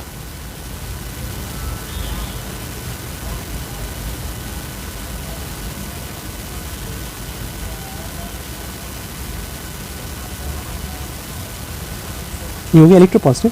अब कैल्शियम जो होता है, कैल्शियम, स्ट्रॉन्शियम और बेरियम ये बड़ा कैरेक्टरिस्टिक ब्रिक रेड, क्रिम्सन और एप्पल ग्रीन कलर देता है फ्लेम को। ये बहुत इंपॉर्टेंट है। अपन ने कलर ऑफ फ्लेम उसमें भी पढ़े थे ग्रुप 1 एलिमेंट्स के अंदर, ऐसे ही अपन ने ग्रुप 2 एलिमेंट्स के अंदर भी ये कलर देते हैं। तो ये कलर पता होना बहुत ज़रूरी है कि ये जो होता है ये आपका कैल्शियम जो होता है, ये हम ऊपर भी लिखते थे, कैल्शियम देता है ब्रिक रेड देता है, जबकि स्ट्रॉन्शियम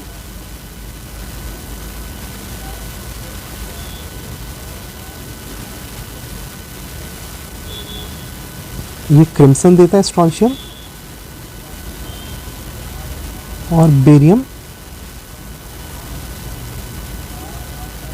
एप्पल ग्रीन कलर देता है, ठीक है ना। तो ये कलर्स को याद रखना बहुत ज़रूरी होती है। ये इलेक्ट्रॉन जब आप फ्लेम में रखते हो किसी को भी तो इलेक्ट्रॉन एकदम से एक्साइट हो जाते हैं हायर एनर्जी लेवल के अंदर, और फिर उसके बाद जब अपन उसको छोड़ते हैं वहाँ उससे निकालते हैं तो ये इलेक्ट्रॉन्स फिर वापस से अपने lowest and lower energy levels के अंदर आ जाते हैं, ग्राउंड स्टेट के अंदर आ जाते हैं।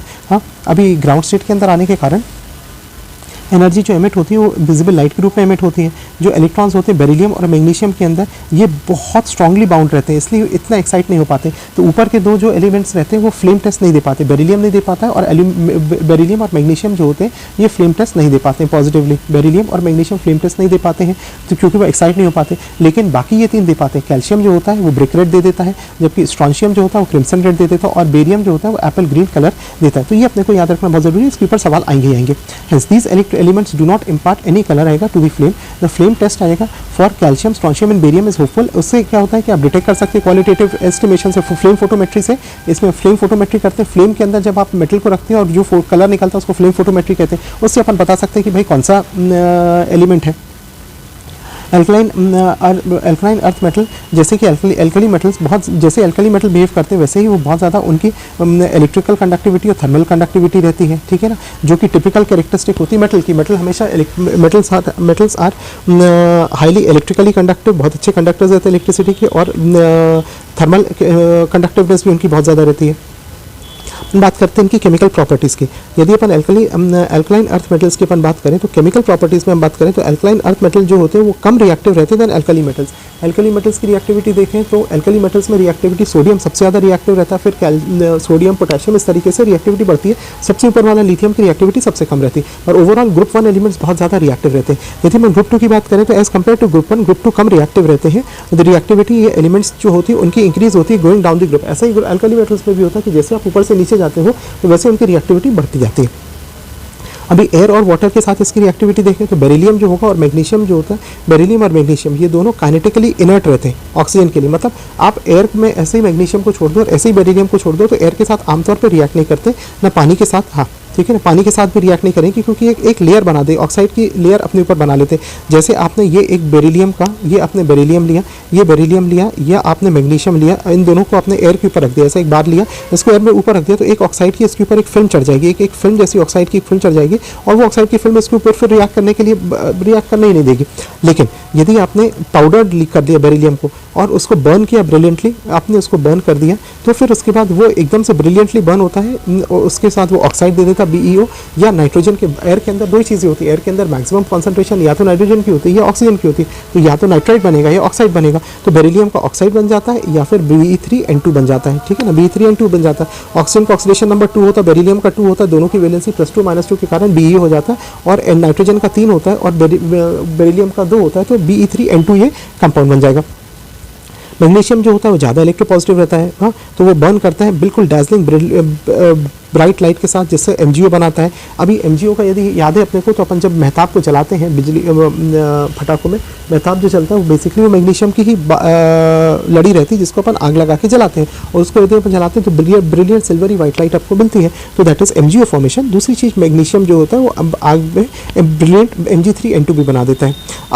अब आते ये तो दोनों का अपन ने पढ़ लिया, मैग्नीशियम और बेरिलियम का पढ़ लिया। अब नीचे आते कैल्शियम, स्ट्रोंशियम और बेरियम के बारे में। ये बहुत रेडिली अटैक हो जाते हैं एयर से, और ये ऑक्साइड बना लेते हैं और नाइट्राइड बना देते हैं। फिर इसके बाद ये पानी के साथ भी रिएक्ट करेंगे, और उसके बहुत इंक्रीजिंग विगर के साथ ठंडे पानी के साथ भी, और हाइड्रोक्साइड बनाएंगे। तो मेटल जब पानी के साथ रिएक्ट करता है तो हमेशा हाइड्रोक्साइड बनाएगा, मेटल जब ऑक्सीजन के साथ रिएक्ट करेगा तो हमेशा ऑक्साइड बनाएगा, मेटल जब नाइट्रोजन के साथ रिएक्ट करेगा नाइट्राइड बनाएगा। हमारे को ये पता होना चाहिए कि मेटल की रिएक्टिविटी कितनी है, बनने वाले तो यही कंपाउंड है, कौन सा मेटल कितने विगरसली रिएक्ट करता है, that is what is the reactivity.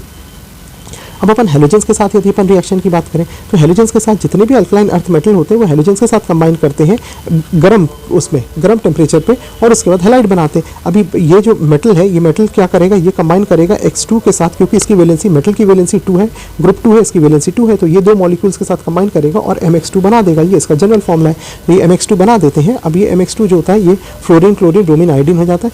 Thermal decomposition की यदि अपन बात करें, हाँ,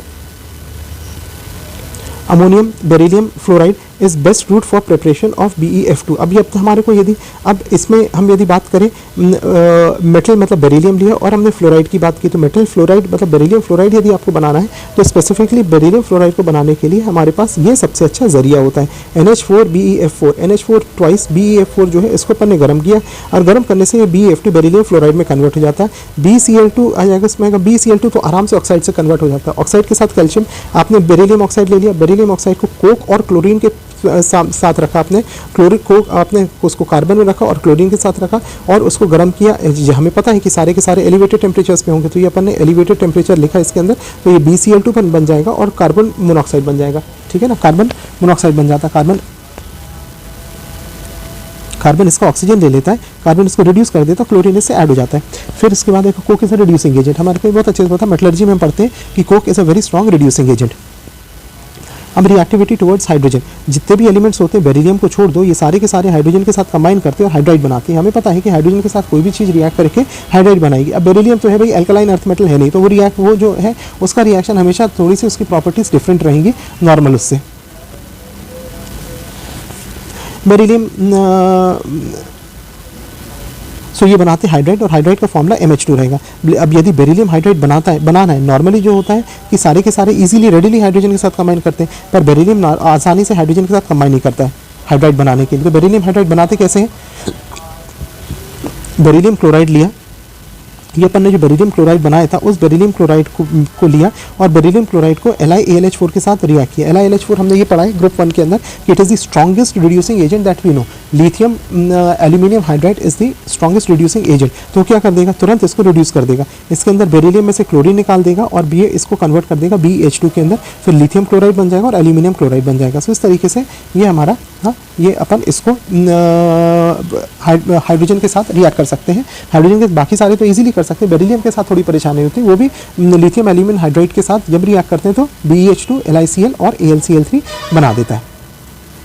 अब एसिड्स के साथ रिएक्टिविटी, यदि अपन अल्कलाइन अर्थ मेटल्स की बात करें, अल्कलाइन अर्थ मेटल बहुत आसानी से रिएक्ट करते हैं। अल्कलाइन अर्थ मेटल है, ये हाइड्रोक्लोरिक एसिड है, इसके साथ रिएक्ट करके मेटल क्लोराइड बना देगा और हाइड्रोजन को लिबरेट करा देगा।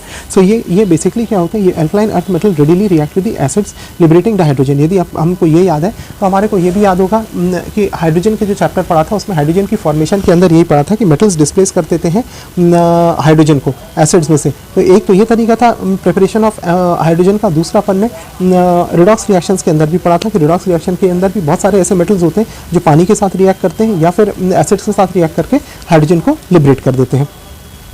अभी रिड्यूसिंग नेचर, अभी जैसे एल्कली मेटल्स होते हैं, एल्कली मेटल्स में हमने देखा कि लिथियम सबसे स्ट्रॉन्गेस्ट रिड्यूसिंग एजेंट है, तो रिड्यूसिंग नेचर होता है, इलेक्ट्रोपॉज मेटल्स का रिड्यूसिंग नेचर होता है। तो मेटल्स जो कि रिड्यूसिंग होते हैं, तो जैसे ही एल्कली मेटल्स रिड्यूसिंग होते हैं, एल्कलाइन अर्थ मेटल भी रिड्यूसिंग होते हैं, they are also very strong reducing agents आएगा। अब इसके ये कैसे इंडिकेट होता है कि ये होता है, इनके जो रिडक्शन पोटेंशियल रहता है, अपन ने रिडॉक्स चैप्टर का आज भी पढ़ा था, हमने स्टैंडर्ड रिडक्शन पोटेंशियल पढ़े थे। स्टैंडर्ड रिडक्शन पोटेंशियल में बीच में हाइड्रोजन आता था, हाइड्रोजन का स्टैंडर्ड इलेक्ट्रोड पोटेंशियल 0 हो जाता है, उसके नीचे जो होते हैं उसमें माइनस की वैल्यूज धीरे धीरे करके बढ़ती जाती है, नेगेटिव वैल्यूज बढ़ती जाती है, और नीचे सबसे नीचे लिथियम है जिसकी सबसे स्ट्रॉन्ग सबसे ज़्यादा माइनस की वैल्यू है, और ऊपर जैसे जाते हैं हाइड्रोजन से प्लस की वैल्यूज बढ़ती जाती है, प्लस वैल्यूज इलेक्ट्रोड पोटेंशियल की बढ़ जाती है, ऊपर सबसे ज़्यादा ऊपर फ्लोरीन रहता है। तो ये क्या होता है कि नीचे जो है वो सबसे जो जितना नीचे वो ज़्यादा स्ट्रॉन्ग रिड्यूसिंग एजेंट है, जो ऊपर है उतना ही स्ट्रॉन्ग ऑक्सीडाइजिंग एजेंट है। Fluorine is the strongest oxidising agent, lithium is the strongest reducing agent. तो लिथियम क्या हो, अपने ऊपर जितने भी एलिमेंट है उनको रिड्यूस कर देगा, फ्लोरीन अपने नीचे जितने भी एलिमेंट है उनको ऑक्सीडाइज कर देगा। ये सबसे ज़्यादा स्ट्रॉन्गेस्ट ऑक्सीडाइजिंग एजेंट है, तो अपने नीचे कोई भी आएगा उसको ऑक्सीडाइज करता जाएगा। लिथियम अपने ऊपर जितने भी लोग हैं उन सबको रिड्यूस करता जाएगा। तो यदि अपन रिड्यूसिंग नेचर की अपन बात करें तो इनका इनकी लार्ज नेगेटिव वैल्यूज होती है इनके इलेक्ट्रोड पोटेंशियल की, और चूंकि उनके इलेक्ट्रोड पोटेंशियल की वैल्यू बहुत नेगेटिव रहती है, इसलिए ये इनका रिड्यूसिंग पावर बहुत ज़्यादा रहता है, ठीक है ना। फिर उसके बाद इनका रिड्यूसिंग पावर एल्कली मेटल से थोड़ा सा कम रहेगा, क्योंकि एल्कली मेटल्स का सबसे ज़्यादा रहता है, इनका थोड़ा कम रहेगा। बेरिलियम जो है उसका लेस नेगेटिव वैल्यू रहती है as compare to alkaline earth metal. Beryllium तो हमेशा एक्सेप्शन है, तो हर चीज़ में एक्सेप्शन याद रखने का रहेगा। बेरिलियम की स्टैंडर्ड इलेक्ट्रोड वैल्यू कम नेगेटिव रहती है बाकी दूसरे कंपाउंड्स के साथ। लेकिन अच्छा, जो रिड्यूसिंग नेचर होता है it is largely due to the large hydration energy, इतनी लार्ज हाइड्रेशन एनर्जी रहती है जिसके कारण इसका तो इनकी जो रिड्यूसिंग नेचर होता है वो बेसिकली उनके हाइड्रेशन एनर्जी के कारण होता है, बहुत ज़्यादा हाइड्रेशन एनर्जी रहती है जिसके कारण रिड्यूसिंग नेचर रहता है।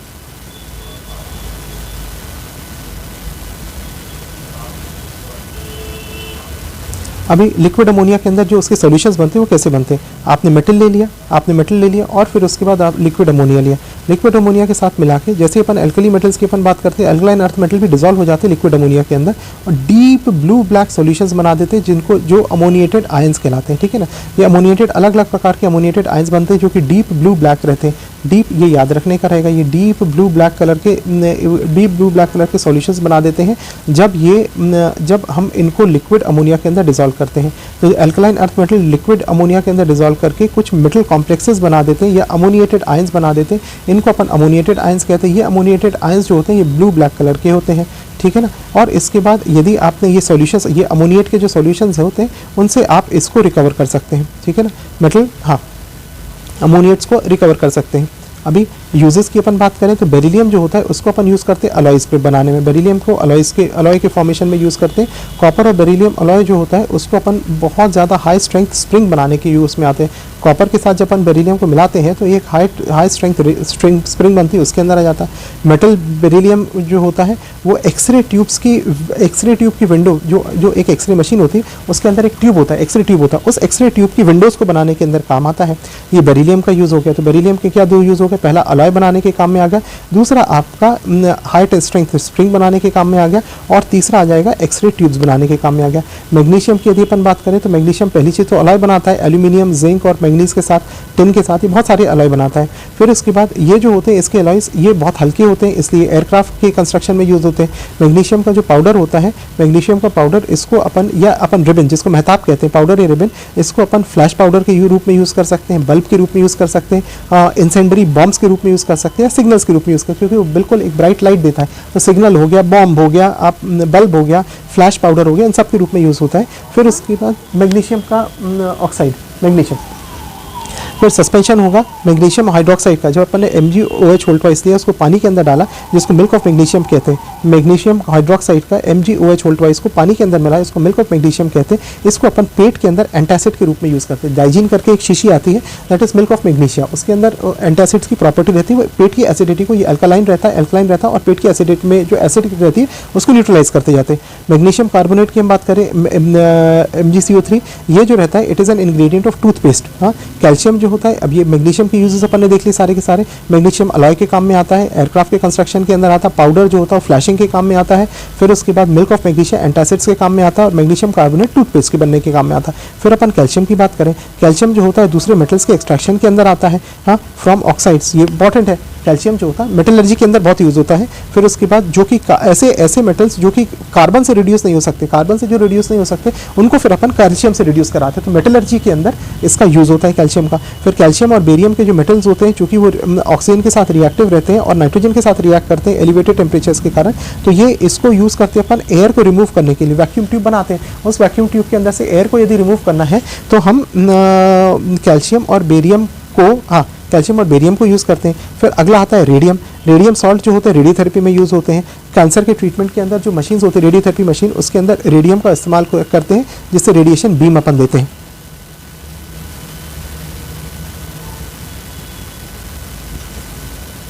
अब general characteristics of compounds of alkaline earth metal, क्या जनरल कैरेक्टरिस्टिक्स होती है उन सारे कंपाउंड्स की।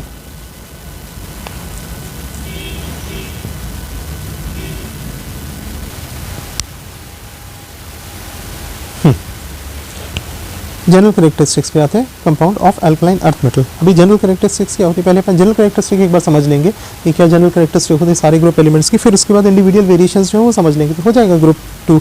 तो अभी ये जो होता है वो डाई पॉजिटिव रहता है, ये तो अपने को पता है कि भाई ये डाई पॉजिटिव रहता है, इसकी ऑक्सीडेशन स्टेट +2 रहती है, इसमें कोई एक्सेप्शन नहीं होता, इसका हमेशा ऑक्सीडेशन स्टेट +2 रहेगा, किसी के भी साथ आ जाइए, ठीक है। It is the predominantly valency जो रहती है इसकी ग्रुप 2 एलिमेंट्स की, हाँ, ये डाई पॉजिटिव ऑक्सीडेशन स्टेट रहती है। फिर उसके बाद अल्कलाइन अर्थ मेटल्स जो होते हैं वो कंपाउंड बनाते हैं, प्रीडोमिनेंटली आयनिक रहते हैं। ये अल्कली मेटल्स भी प्रीडोमिनेटली आयनिक बनाते हैं और ये भी अल्कलाइन अर्थ मेटल भी प्रीडोमिनेटली आयनिक बनाते हैं क्योंकि बहुत ज़्यादा इलेक्ट्रोपॉजिटिव रहते हैं, ठीक है ना। लेकिन इनकी आयनिक कैरेक्टरिस्टिक जो रहती है वो अल्कली मेटल से थोड़ी कम रहती है, that is less than the ionic nature of the alkali metals आएगा। इसलिए क्योंकि इसमें क्या होता है, ये इसलिए होता है क्योंकि न्यूक्लियर चार्ज जो रहता है, हाँ, इनका न्यूक्लियर चार्ज बढ़ जाता है, न्यूक्लियस के अंदर चार्ज बढ़ जाता है और इनकी साइज घट जाती है। जैसे चूंकि राइट साइड में है तो अल्कली से थोड़े छोटे होंगे साइज के अंदर, अल्कली से थोड़े छोटे होंगे राइट पीरियड के अंदर होने के कारण, और फिर उसके बाद चार्ज बढ़ जाएगा, एक एक प्रोटॉन और न्यूट्रॉन बढ़ जाता है तो उसका इफेक्टिव न्यूक्लियर चार्ज बढ़ जाता है। फिर इनके जो ऑक्साइड्स रहते हैं, ऑक्साइड ऑफ अदर कंपाउंड जैसे बेरिलियम हो गया और मैग्नीशियम के, ये थोड़े कोवेलेंट रहते हैं। वहाँ पे लिथियम के ऑक्साइड कोवेलेंट रहते हैं, यहाँ पे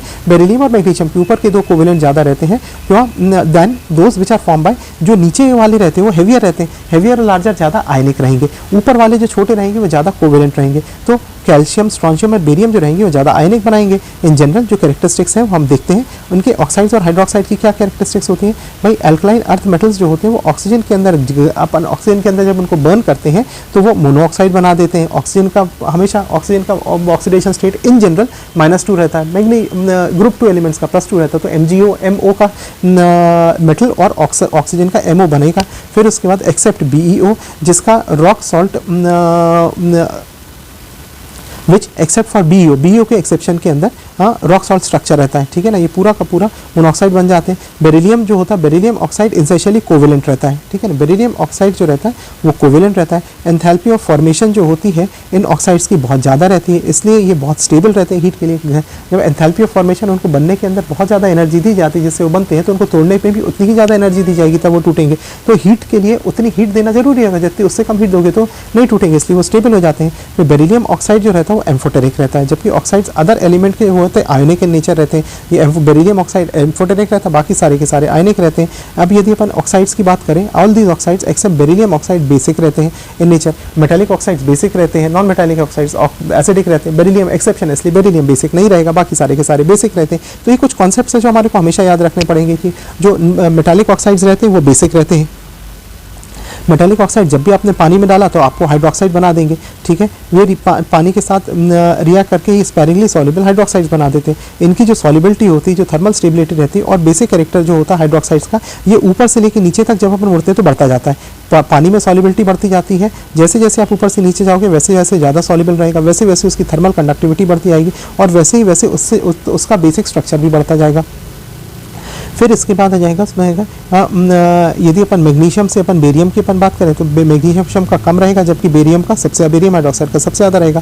फिर एल्कलाइन अर्थ मेटल जो होते हैं, यदि अपन एल्कलाइन अर्थ मेटल की बात करें तो एल्कलाइन अर्थ मेटल हाइड्रोक्साइड्स जो रहते हैं वो कम बेसिक रहते हैं और लेस स्टेबल रहते हैं देन एल्कली मेटल हाइड्रोक्साइड्स। अब एल्कली से हमेशा ये कम बेसिक है, हर चीज़ एल्कली से थोड़ी कम रहेगी। एल्कली अपने पूरे पीक पे रहता है, हर चीज़ एल्कली में पीक पे रहती है, तो एल्कली से एल्कलाइन चलेंगे तो हर चीज़ थोड़ी थोड़ी सी कम हो जाएगी। तो इसका बेसिसिटी भी थोड़ी कम हो जाती है, उसका स्टेबिलिटी भी थोड़ी सी कम हो जाती है than alkali metal hydroxides. Beryllium hydroxide रहता है वो एम्फोटेरिक रहता है, ये रिएक्ट करता है पानी के साथ भी रिएक्ट करेगा और एल्कली के साथ भी रिएक्ट करेगा। ये बेरिलियम हाइड्रोक्साइड पानी के साथ रिएक्ट करके ये बेरिलेट आयन बनाता है। बेरिलियम हाइड्रोक्साइड एसिडिटी मतलब ये एल्कलाइन मीडियम के साथ रिएक्ट करके बेरिलेट आयन बनाता है, जबकि ये एसिडिक उसके साथ मिला के ये एक कॉम्प्लेक्स आयन बना देता है। तो ये क्या करता है, ये रिएक्ट करता है एसिड के साथ, ये एल्कली के साथ रिएक्ट कर रहा है और this is it's reaction with acids के साथ रिएक्ट कर रहा है। तो हमारे को ये पता होना चाहिए कि बेरिलियम जो होता है वो दोनों के साथ रिएक्ट करता है, एसिडिक और बेसिक। तो एम्फोटेरिक इन नेचर रहता है। तो ये भी पूछा जा सकता है कौन सा which is the only group 2 element which is amphoteric, तो it is beryllium which is amphoteric. ठीक है, अभी अपन हैलाइड्स पे आते हैं। यदि अपन बेरिलियम हैलाइड की अपन बात करें, उसको छोड़ दो बेरिलियम हैलाइड, क्योंकि वो एक्सेप्शन रहता है। सारे के सारे हैलाइड्स जो होते हैं वो आयनिक रहते हैं, बेरिलियम हमेशा कोवेलेंट बनाता है। तो बेरिलियम हैलाइड्स एसेंशियली कोवेलेंट रहते हैं और कोवेलेंट रहते हैं तो वो सॉल्युबल रहते हैं आयनिक सॉल्वेंट्स के अंदर। बेरिलियम क्लोराइड जो रहता है उसका एक चेन जैसा स्ट्रक्चर रहता है, इस तरीके का चेन रहता है। ये बेरिलियम BeCl2 तो ये मॉलिक्यूल है, ठीक है ना, ये एक मॉलिक्यूल रहता है, बेरियम और क्लोराइड के साथ मिला हुआ रहता है। इसके साथ क्या होता है, जब भी ये बनती है तो दूसरे मॉलिक्यूल का बेरियम जो रहता है वो पहले मॉलिक्यूल के क्लोरीन के साथ भी एक बॉन्ड बना लेता है। तो इस तरीके से जो रहता है ये इस तरीके से ये पूरा का पूरा चलता है, एक चेन स्ट्रक्चर होता है जिसका स्ट्रक्चर इस तरीके से अपने को देखने में आता है। तो बेरिलियम क्लोराइड का एक चेन स्ट्रक्चर होता है। तो ये पूछा जा सकता है कि वो कौन सा हैलाइड है, ग्रुप 2 का कौन सा हैलाइड है जिसका चेन स्ट्रक्चर रहता है। तो answer is beryllium halide.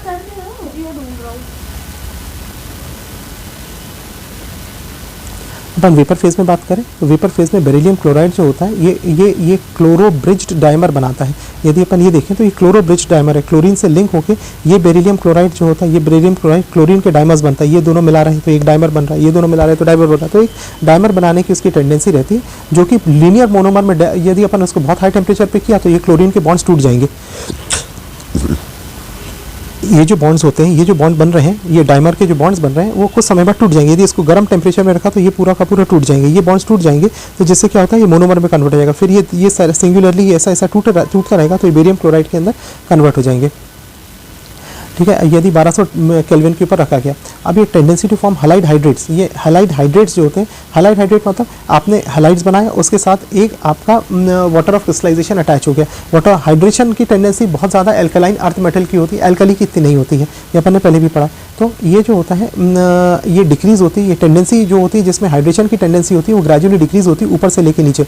Magnesium में 8 वाटर के मॉलिक्यूल होते हैं, कैल्शियम क्लोराइड के अंदर 6 रहते हैं, स्ट्रोंशियम क्लोराइड के अंदर 6 रहते हैं, बेरियम क्लोराइड के अंदर सिर्फ 2 रहते हैं। तो जैसे ऊपर से अपन नीचे जाएंगे तो ये हाइड्रेटेड हैलाइड बनने की टेंडेंसी जो है वो कम होती जाएगी, हाइड्रेशन की टेंडेंसी बढ़ती कम होती जाएगी। डिहाइड्रेशन ऑफ ये अब हाइड्रेटेड क्लोराइड्स को जब अपन डिहाइड्रेट करते हैं, हाइड्रेटेड क्लोराइड, ब्रोमाइड, आयोडाइड किसी को भी डिहाइड्रेट करते हैं तो उसको अपन गर्म करके उसको डिहाइड्रेट आराम से किया जा सकता है। ठीक है ना, हाँ। तो कैल्शियम, स्ट्रोंशियम और बेरियम, इन तीनों के हाइड्रेट्स को, तो इन तीनों के कैल्शियम, स्ट्रोंशियम और बेरियम के हैलाइड्स को, ये हैलाइड को आप गर्म करके डिहाइड्रेट कर सकते हो। जबकि बेरिलियम और मैग्नीशियम के जो होता है इनको हाइड्रोलिसिस हो जाता है, इनमें इनका हाइड्रोलिसिस हो जाता है, मतलब ये टूट जाते हैं, जब इनको गर्म करते हैं तो टूट जाते हैं।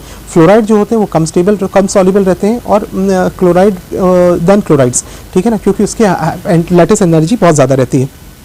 फिर से रिपीट करता हूँ कि जो ऊपर से नीचे जो क्लोराइड्स रहते हैं, हैलाइड्स रहते हैं, उनको ऊपर से नीचे यदि अपन देखें तो ऊपर से नीचे इनकी हाइड्रेशन की जो है वाटर क्रिस्टलाइजेशन वो धीरे धीरे करके कम होने लगता है। मैग्नीशियम का सबसे ज़्यादा रहता है, कैल्शियम का कम होने लगता है।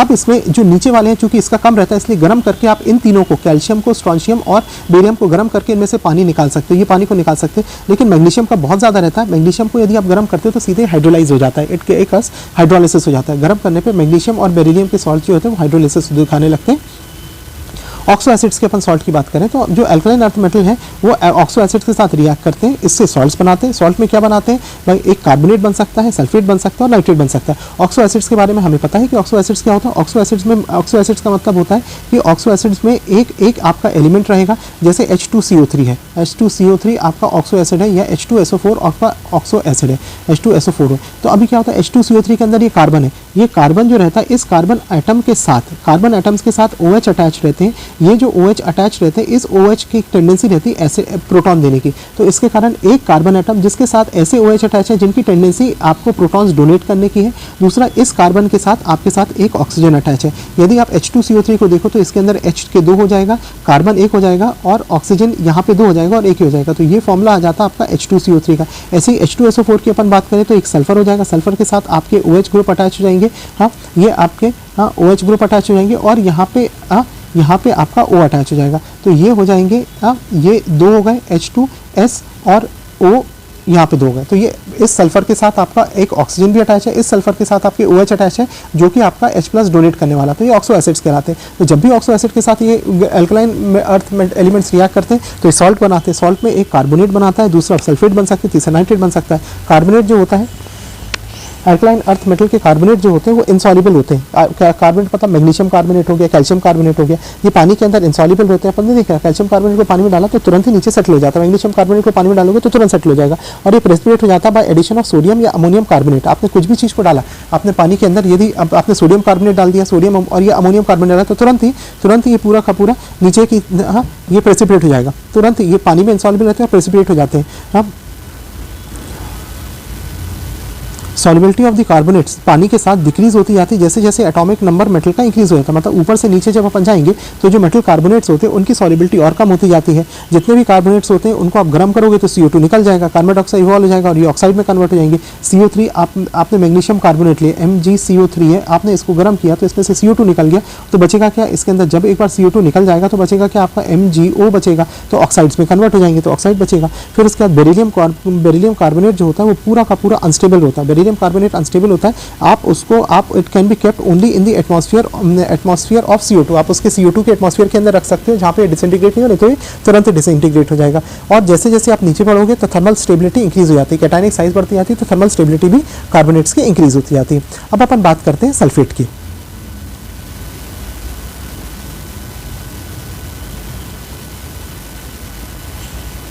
सल्फेट जो होते हैं ये सारे के सारे सफ़ेद रंग के सॉलिड होते हैं, स्टेबल होते हैं हीट के लिए।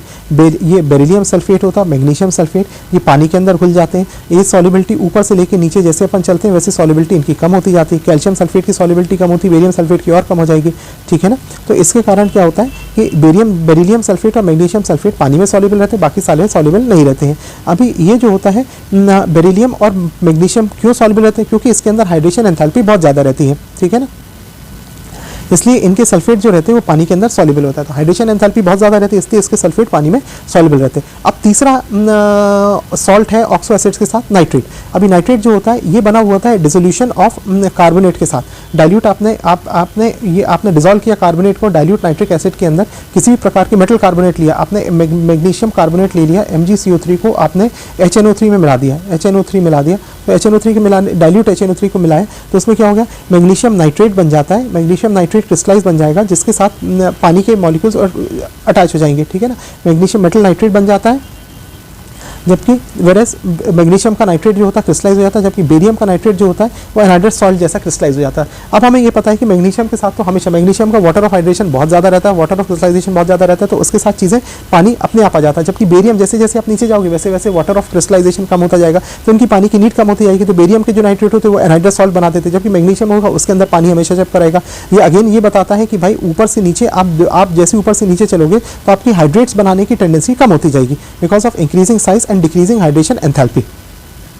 सारे के सारे डिकम्पोज हो जाते हैं गर्म करने पे to give oxide like lithium nitrate. सारे के सारे ये मेटल नाइट्रेट है, ये मेटल नाइट्रेट है। मेटल नाइट्रेट को आपने गर्म किया तो आपका मेटल नाइट्रेट को गर्म करने पे मेटल ऑक्साइड बन जाएगा, NO2 बन जाएगा और ऑक्सीजन बन जाएगा। ये चीज़ बहुत बहुत इंपॉर्टेंट है क्योंकि यही रिएक्शन, ऐसा ही रिएक्शन अपन ने देखा कि लिथियम भी देता है, लिथियम भी कुछ ऐसा ही रिएक्शन देता है। बाकी सारे अल्कली मेटल्स इस तरीके का रिएक्शन नहीं बताते। लिथियम नाइट्रेट जो होता है जब आप उसको गर्म करोगे तो उसमें से ऑक्सीजन निकल जाएगा, नाइट्रोजन NO2 निकल जाएगा और मेटल ऑक्साइड में लिथियम ऑक्साइड में कन्वर्ट हो जाएगा। तो लिथियम के साथ इसकी सिमिलैरिटी होती है। अभी आता है, अपन देखते हैं anomalous behaviour of beryllium. Beryllium का क्या अनोमलस बिहेवियर होता है? हाँ,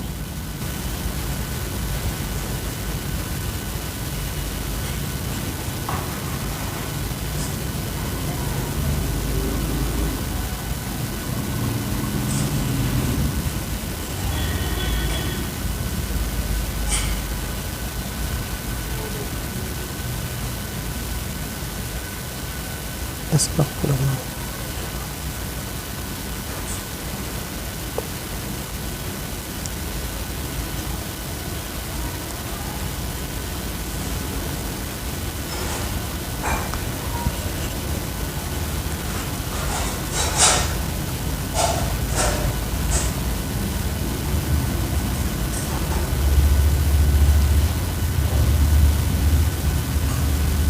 हमने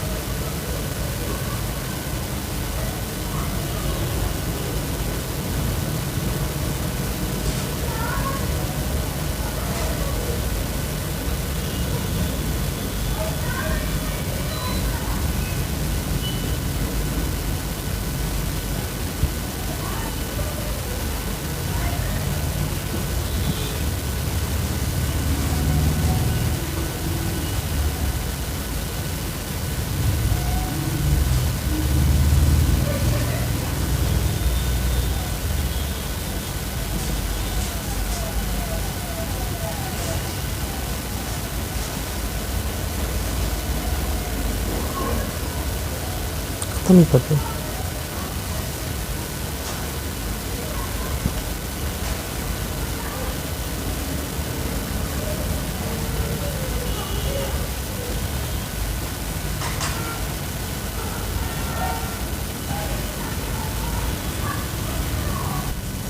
सॉरी,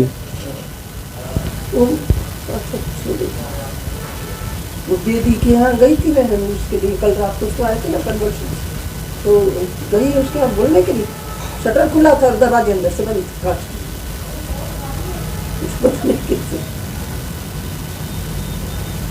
तो इसने बात करी कि नहीं करी और नहीं करी तो कर ले, बोल दे। तो बाल सफेद सफेद दिख रहे हैं, कर ले।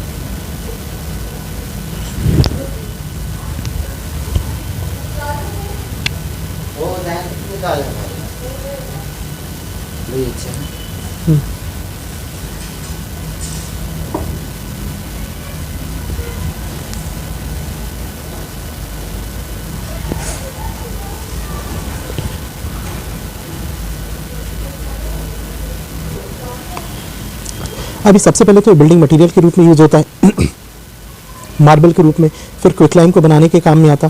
कैल्शियम कार्बोनेट, अभी कैल्शियम CaCO3 की बात करें, मैग्नीशियम कार्बोनेट के साथ CaCO3, ये फ्लक्स के रूप में होता है। जब अपन मेटलर्जी पढ़ेंगे तो मेटलर्जी के अंदर कैल्शियम कार्बोनेट और मैग्नीशियम कार्बोनेट दोनों फ्लक्स के रूप में यूज होते हैं, तो ये याद रखने का रहेगा। आयरन के एक्सट्रैक्शन के अंदर फ्लक्स करके एक मटेरियल यूज होता है जो जिससे आयरन एक्सट्रैक्ट किया जाता है आयरन की रिफाइनिंग के अंदर, तो वहाँ पे कैल्शियम कार्बोनेट और मैग्नीशियम कार्बोनेट फ्लक्स के रूप में यूज़ किया जाता है। स्पेशली प्रेसिपिटेटेड कैल्शियम कार्बोनेट बहुत यूज़ होता है इन दी हाई क्वालिटी पेपर के बनाने के अंदर कैल्शियम कार्बोनेट का यूज़ होता है। फिर एंटासिड्स के रूप में यूज़ होता है, मिल्क ऑफ मैग्नीशिया की, हाँ, माइल्ड एब्रेसिव के रूप में होता है टूथपेस्ट के अंदर, च्यूइंग गम्स के अंदर यूज़ होता है, और कॉस्मेटिक्स के रूप में यूज़ होता है एज अ फिलर। अब calcium sulphate CaSO4 dot half H2O, ये इसका वाटर ऑफ क्रिस्टलाइजेशन होता है। तो कैल्शियम सल्फेट जिसको हम प्लास्टर ऑफ पेरिस कहते हैं, उसका water of crystallisation half water होता है। तो इट इज़ हेमीहाइड्रेट, क्योंकि हाफ वाटर लगा रहता है इसलिए इसको हेमीहाइड्रेट कहते हैं। It is hemihydrate, plaster of Paris is hemihydrate of calcium sulphate. Calcium sulphate के बहुत सारे हाइड्रेट्स होते हैं। यदि हम प्लास्टर ऑफ पेरिस की बात करें तो स्पेसिफिकली प्लास्टर ऑफ पेरिस जो होता है वो हेमीहाइड्रेट रहता है, मतलब हाफ वाटर उसके अंदर जुड़ा हुआ रहता है। ये ऑब्टेन हम कैसे ऑब्टेन करते हैं, जब gypsum that is calcium sulphate dot 2H2 उसके अंदर 2 वाटर ऑफ क्रिस्टलाइजेशन रहते हैं, तो वो 2 वाटर ऑफ क्रिस्टलाइजेशन को जब गर्म किया जाता है 393 केल्विन पे, तो ये गर्म होने पे ये हाफ वाटर दे देता है, 2 molecules of calcium sulphate dot H2O दे देता, मतलब हाफ H2O हो गया और पानी निकल जाता है।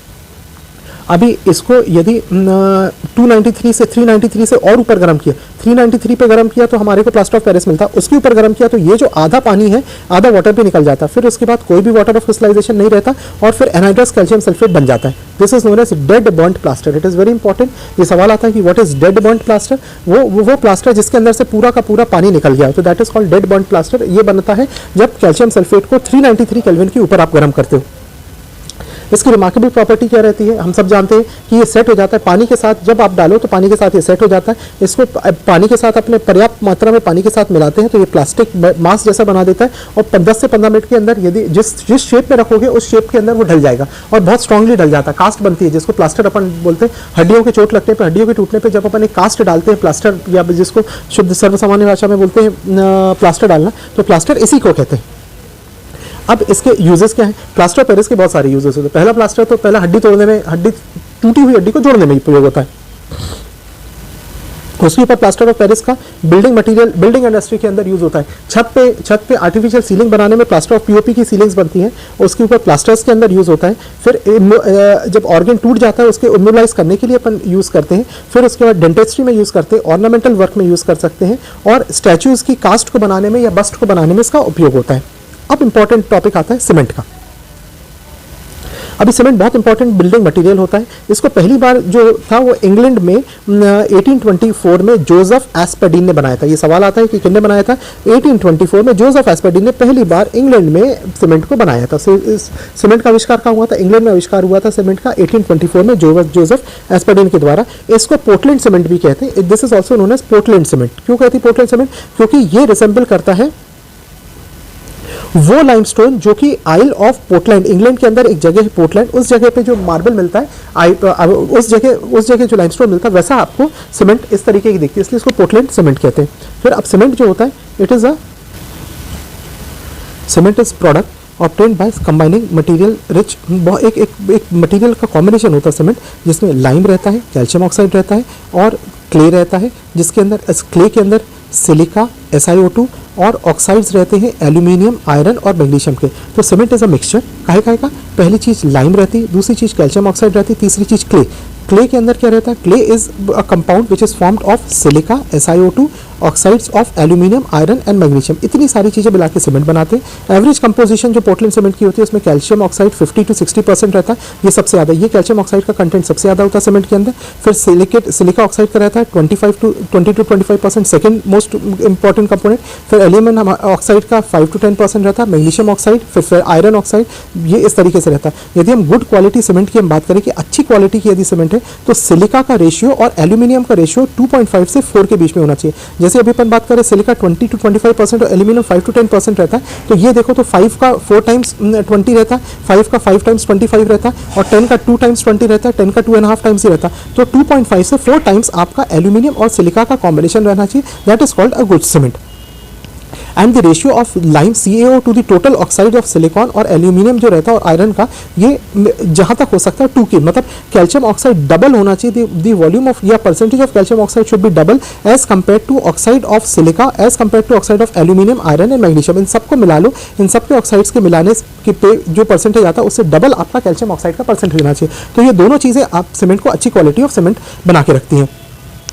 अभी जो रॉ मटेरियल होता है सीमेंट को बनाने के लिए वो लाइमस्टोन होता है और क्ले रहता है। जब क्ले मतलब ये कॉम्बिनेशन हो गया, जो अपन ने ये क्ले में पढ़ा था ना, क्ले से कॉम्बिनेशन ऑफ SiO2, फिर एल्यूमिनियम, आयरन और मैग्नीशियम के सिलिकेट्स के, इन सब के ऑक्साइड्स जो रहते हैं ये क्ले बनाते हैं। तो क्ले का और लाइमस्टोन का मिक्सचर जो रहता है वो सीमेंट बनाता है। अब इसको इन क्ले को और लाइम को बहुत ज़्यादा अपन गर्म करते हैं टुगेदर, जब तक कि फ्यूज मतलब मेल्ट नहीं हो जाते और मेल्ट होने के बाद मिल नहीं जाते। जब ये मेल्ट हो जाते हैं और एक दूसरे के साथ मिल जाते हैं तो उसको सीमेंट क्लिंकर कहते हैं। सीमेंट क्लिंकर कहते हैं। ये जो क्लिंकर होता है, अब ये क्लिंकर को अपन को मिक्स करते हैं 2 to 3% by weight of gypsum को मिक्स करते हैं इसके अंदर, जैसे कैल्शियम सल्फेट 2H2O, इससे सीमेंट बनती है। तो पहले आप सीमेंट क्लिंकर बनाते हो, लाइमस्टोन और क्ले लेते हो। लाइमस्टोन लिया, हाँ हमने हमने ये लाइमस्टोन लिया, ये लाइमस्टोन लिया, इसके अंदर लाइमस्टोन लिया, क्ले लिया, इसको हमने आग लगाई, गर्म किया, गर्म करने पे पूरा का पूरा फ्यूज़ हो गया और इसके ऊपर हमने बाद में जिप्सम ऐड कर दिया। जब जिप्सम हमने ऐड कर दिया तो ये सीमेंट बन जाता है। 2 to 3% by wait gypsum add कर दिया। ये इंपॉर्टेंट इंग्रेडिएंट्स पोर्टलैंड सीमेंट के अंदर रहते हैं। Calcium silicate 26%, try calcium silicate 51% and try calcium aluminate 11%। ये पोर्टलैंड सीमेंट के इंपॉर्टेंट कंपाउंड्स हैं। अब सब मिल जाते हैं एक दूसरे से, तो कैल्शियम सिलिकेट भी बन जाता है जो 20% रहता है, ट्राई कैल्शियम सिलिकेट बन जाता है वो 51% रहता है, ट्राई कैल्शियम एल्यूमिनेट बन जाता है जो कि 11% रहता है। तो ये इतना कुछ अपने को ये जो सीमेंट क्लिंकर बन जाता है उसमें ये सारे के सारा बनने के बाद परसेंटेज रहता है, तो वो अपने को याद रखने का है। अब सेटिंग ऑफ सीमेंट, जब पानी के साथ सीमेंट को मिक्स किया जाता है तो सीमेंट की जो सेटिंग होती है वो सेट होने के बाद एक हार्ड मास बना देती है। ये हाइड्रेशन के कारण होता है। जितने भी मॉलिक्यूल्स होते हैं, जैसे ये कैल्शियम सिलिकेट हुआ, ये ट्राई कैल्शियम एल्यूमिनेट हुआ, ये कैल्शियम सिलिकेट हुआ, ये सब हाइड्रेट हो जाते हैं, जिसके कारण ये हाइड्रेशन के कारण ये सेटल हो जाती है। अभी ये सारे के सारे मॉलिक्यूल्स का हाइड्रेशन हो जाता है और उसके बाद ये जो कॉन्स्टिट्यूएंट्स अंदर रहते हैं इनका रीअरेंजमेंट हो जाता है। ये रीअरेंजमेंट होकर सेटल हो जाते हैं और पानी, ये जिप्सम को क्यों ऐड करते हैं? जिप्सम को अपन इसलिए ऐड करते हैं क्योंकि ये सेटलिंग डाउन की प्रोसेस को थोड़ा सा धीमे कर देता है, स्लो कर देता है। क्योंकि वो सेटलिंग डाउन की प्रोसेस स्लो हो जाती है, इसलिए सीमेंट को धीरे धीरे करके सेटल होने में मदद मिलती है। नहीं तो सीमेंट इंस्टेंटली सेटल हो जाए, तो सेटलिंग डाउन को धीरे धीरे करके स्लो करता है। और दूसरी चीज़, इसके कारण सीमेंट धीरे धीरे करके कंडेंस होती जाती है अपनी जगह पर और वो हार्डन होती जाती है। सीमेंट का यूज़ जो रहता है ये नेशनल नेसेसिटी का कमोडिटी है, नेशनल नेसेसिटी कमोडिटी, और ब्रिज, डैम बिल्डिंग सब जगह यूज़ होता है। अब ये कैल्शियम और मैग्नीशियम जो होते हैं वो हमारी बॉडी के अंदर रहते हैं, जैसे सोडियम और पोटेशियम रहते हैं। तो अभी जो एडल्ट बॉडी जो रहती है उसके अंदर 25 ग्राम मैग्नीशियम रहता है, 1200 ग्राम कैल्शियम रहता है, 1200 मतलब 1.2 किलोग्राम कैल्शियम रहता है। कैल्शियम हमारी सारी हड्डियों के अंदर रहता है। 25 मिलीग्राम मैग्नीशियम रहता है as compare to 5 gram iron का रहता है और 0.06 ग्राम कॉपर का रहता है। डेली रिक्वायरमेंट ह्यूमन बॉडी की देखें तो ह्यूमन बॉडी की डेली रिक्वायरमेंट इसकी 200 to 300 मिलीग्राम रहती है। जितने भी एंजाइम्स रहते हैं वो ATP वो यूटिलाइज करते हैं ATP को इन फॉस्फेट ट्रांसफर। ये फॉस्फेट जो ट्रांसफर होता है उसके अंदर ATP को यूटिलाइज करते हैं, जो रिक्वायर करते हैं, जिनमें मैग्नीशियम कोफैक्टर की ज़रूरत रहती है। तो ATP मतलब एडेनिसिन ट्राइफॉस्फेट जो रहता है उसको वो एनर्जी प्रोवाइड करता है। वो एनर्जी जो होता है एनर्जी जो प्रोवाइड करता है उसके लिए मैग्नीशियम कोफैक्टर की ज़रूरत रहती है। फिर उसके बाद क्लोरोफिल करके पिगमेंट्स होते हैं जो प्लांट के अंदर रहते हैं, जो कि अब्जॉर्ब करते हैं लाइट को और उससे फिर लाइट को अब्जॉर्ब करके फिर ऑक्सीजन और उससे CO2 से ऑक्सीजन, CO2 और वाटर से ग्लूकोज बनाते हैं। तो ये जो क्लोरोफिल होते हैं इसको मैग्नीशियम की ज़रूरत रहती है। 99% बॉडी का कैल्शियम जो रहता है वो हड्डियों, बोन्स और टीथ के अंदर रहता है। It place important role in neuromuscular function. ये जो नर्व्स रहती है, नर्व की कंडक्टिविटी जो होती है, जैसे हमने बात की थी अभी कि सोडियम पोटेशियम के कारण से, ऐसे कैल्शियम भी बहुत इंपॉर्टेंट पार्ट प्ले करता है न्यूरोमस्कुलर कंडक्टिविटी के अंदर। इंटर न्यूरोनल ट्रांसमिशन मतलब न्यूरॉन्स के अंदर जो कंडक्टिविटी होती है, सेल मेम्ब्रेन के अंदर जो कंडक्टिविटी होती है, कोएगुलेशन, ब्लड के कोएगुलेशन की जो इंटीग्रिटी होती है, ये सारी की सारी कैल्शियम के कारण होती है। बहुत माइन्यूटली रेगुलेट होती है। फिर उसके बाद कैल्शियम कॉन्सेंट्रेशन प्लाज्मा में जो होती है, वो प्लाज्मा के अंदर कैल्शियम की कॉन्सेंट्रेशन 100 मिलीग्राम पर लीटर के लगभग होती है। ये कैल्शियम की कॉन्सेंट्रेशन 2 हार्मोन्स उसको मेंटेन करते। पहला कैल्सिटोनिन होता है, दूसरा पैराथायराइड हार्मोन होता है। तो इस आधार पे ये चैप्टर अभी अपना रिकॉर्डिंग खत्म होती है।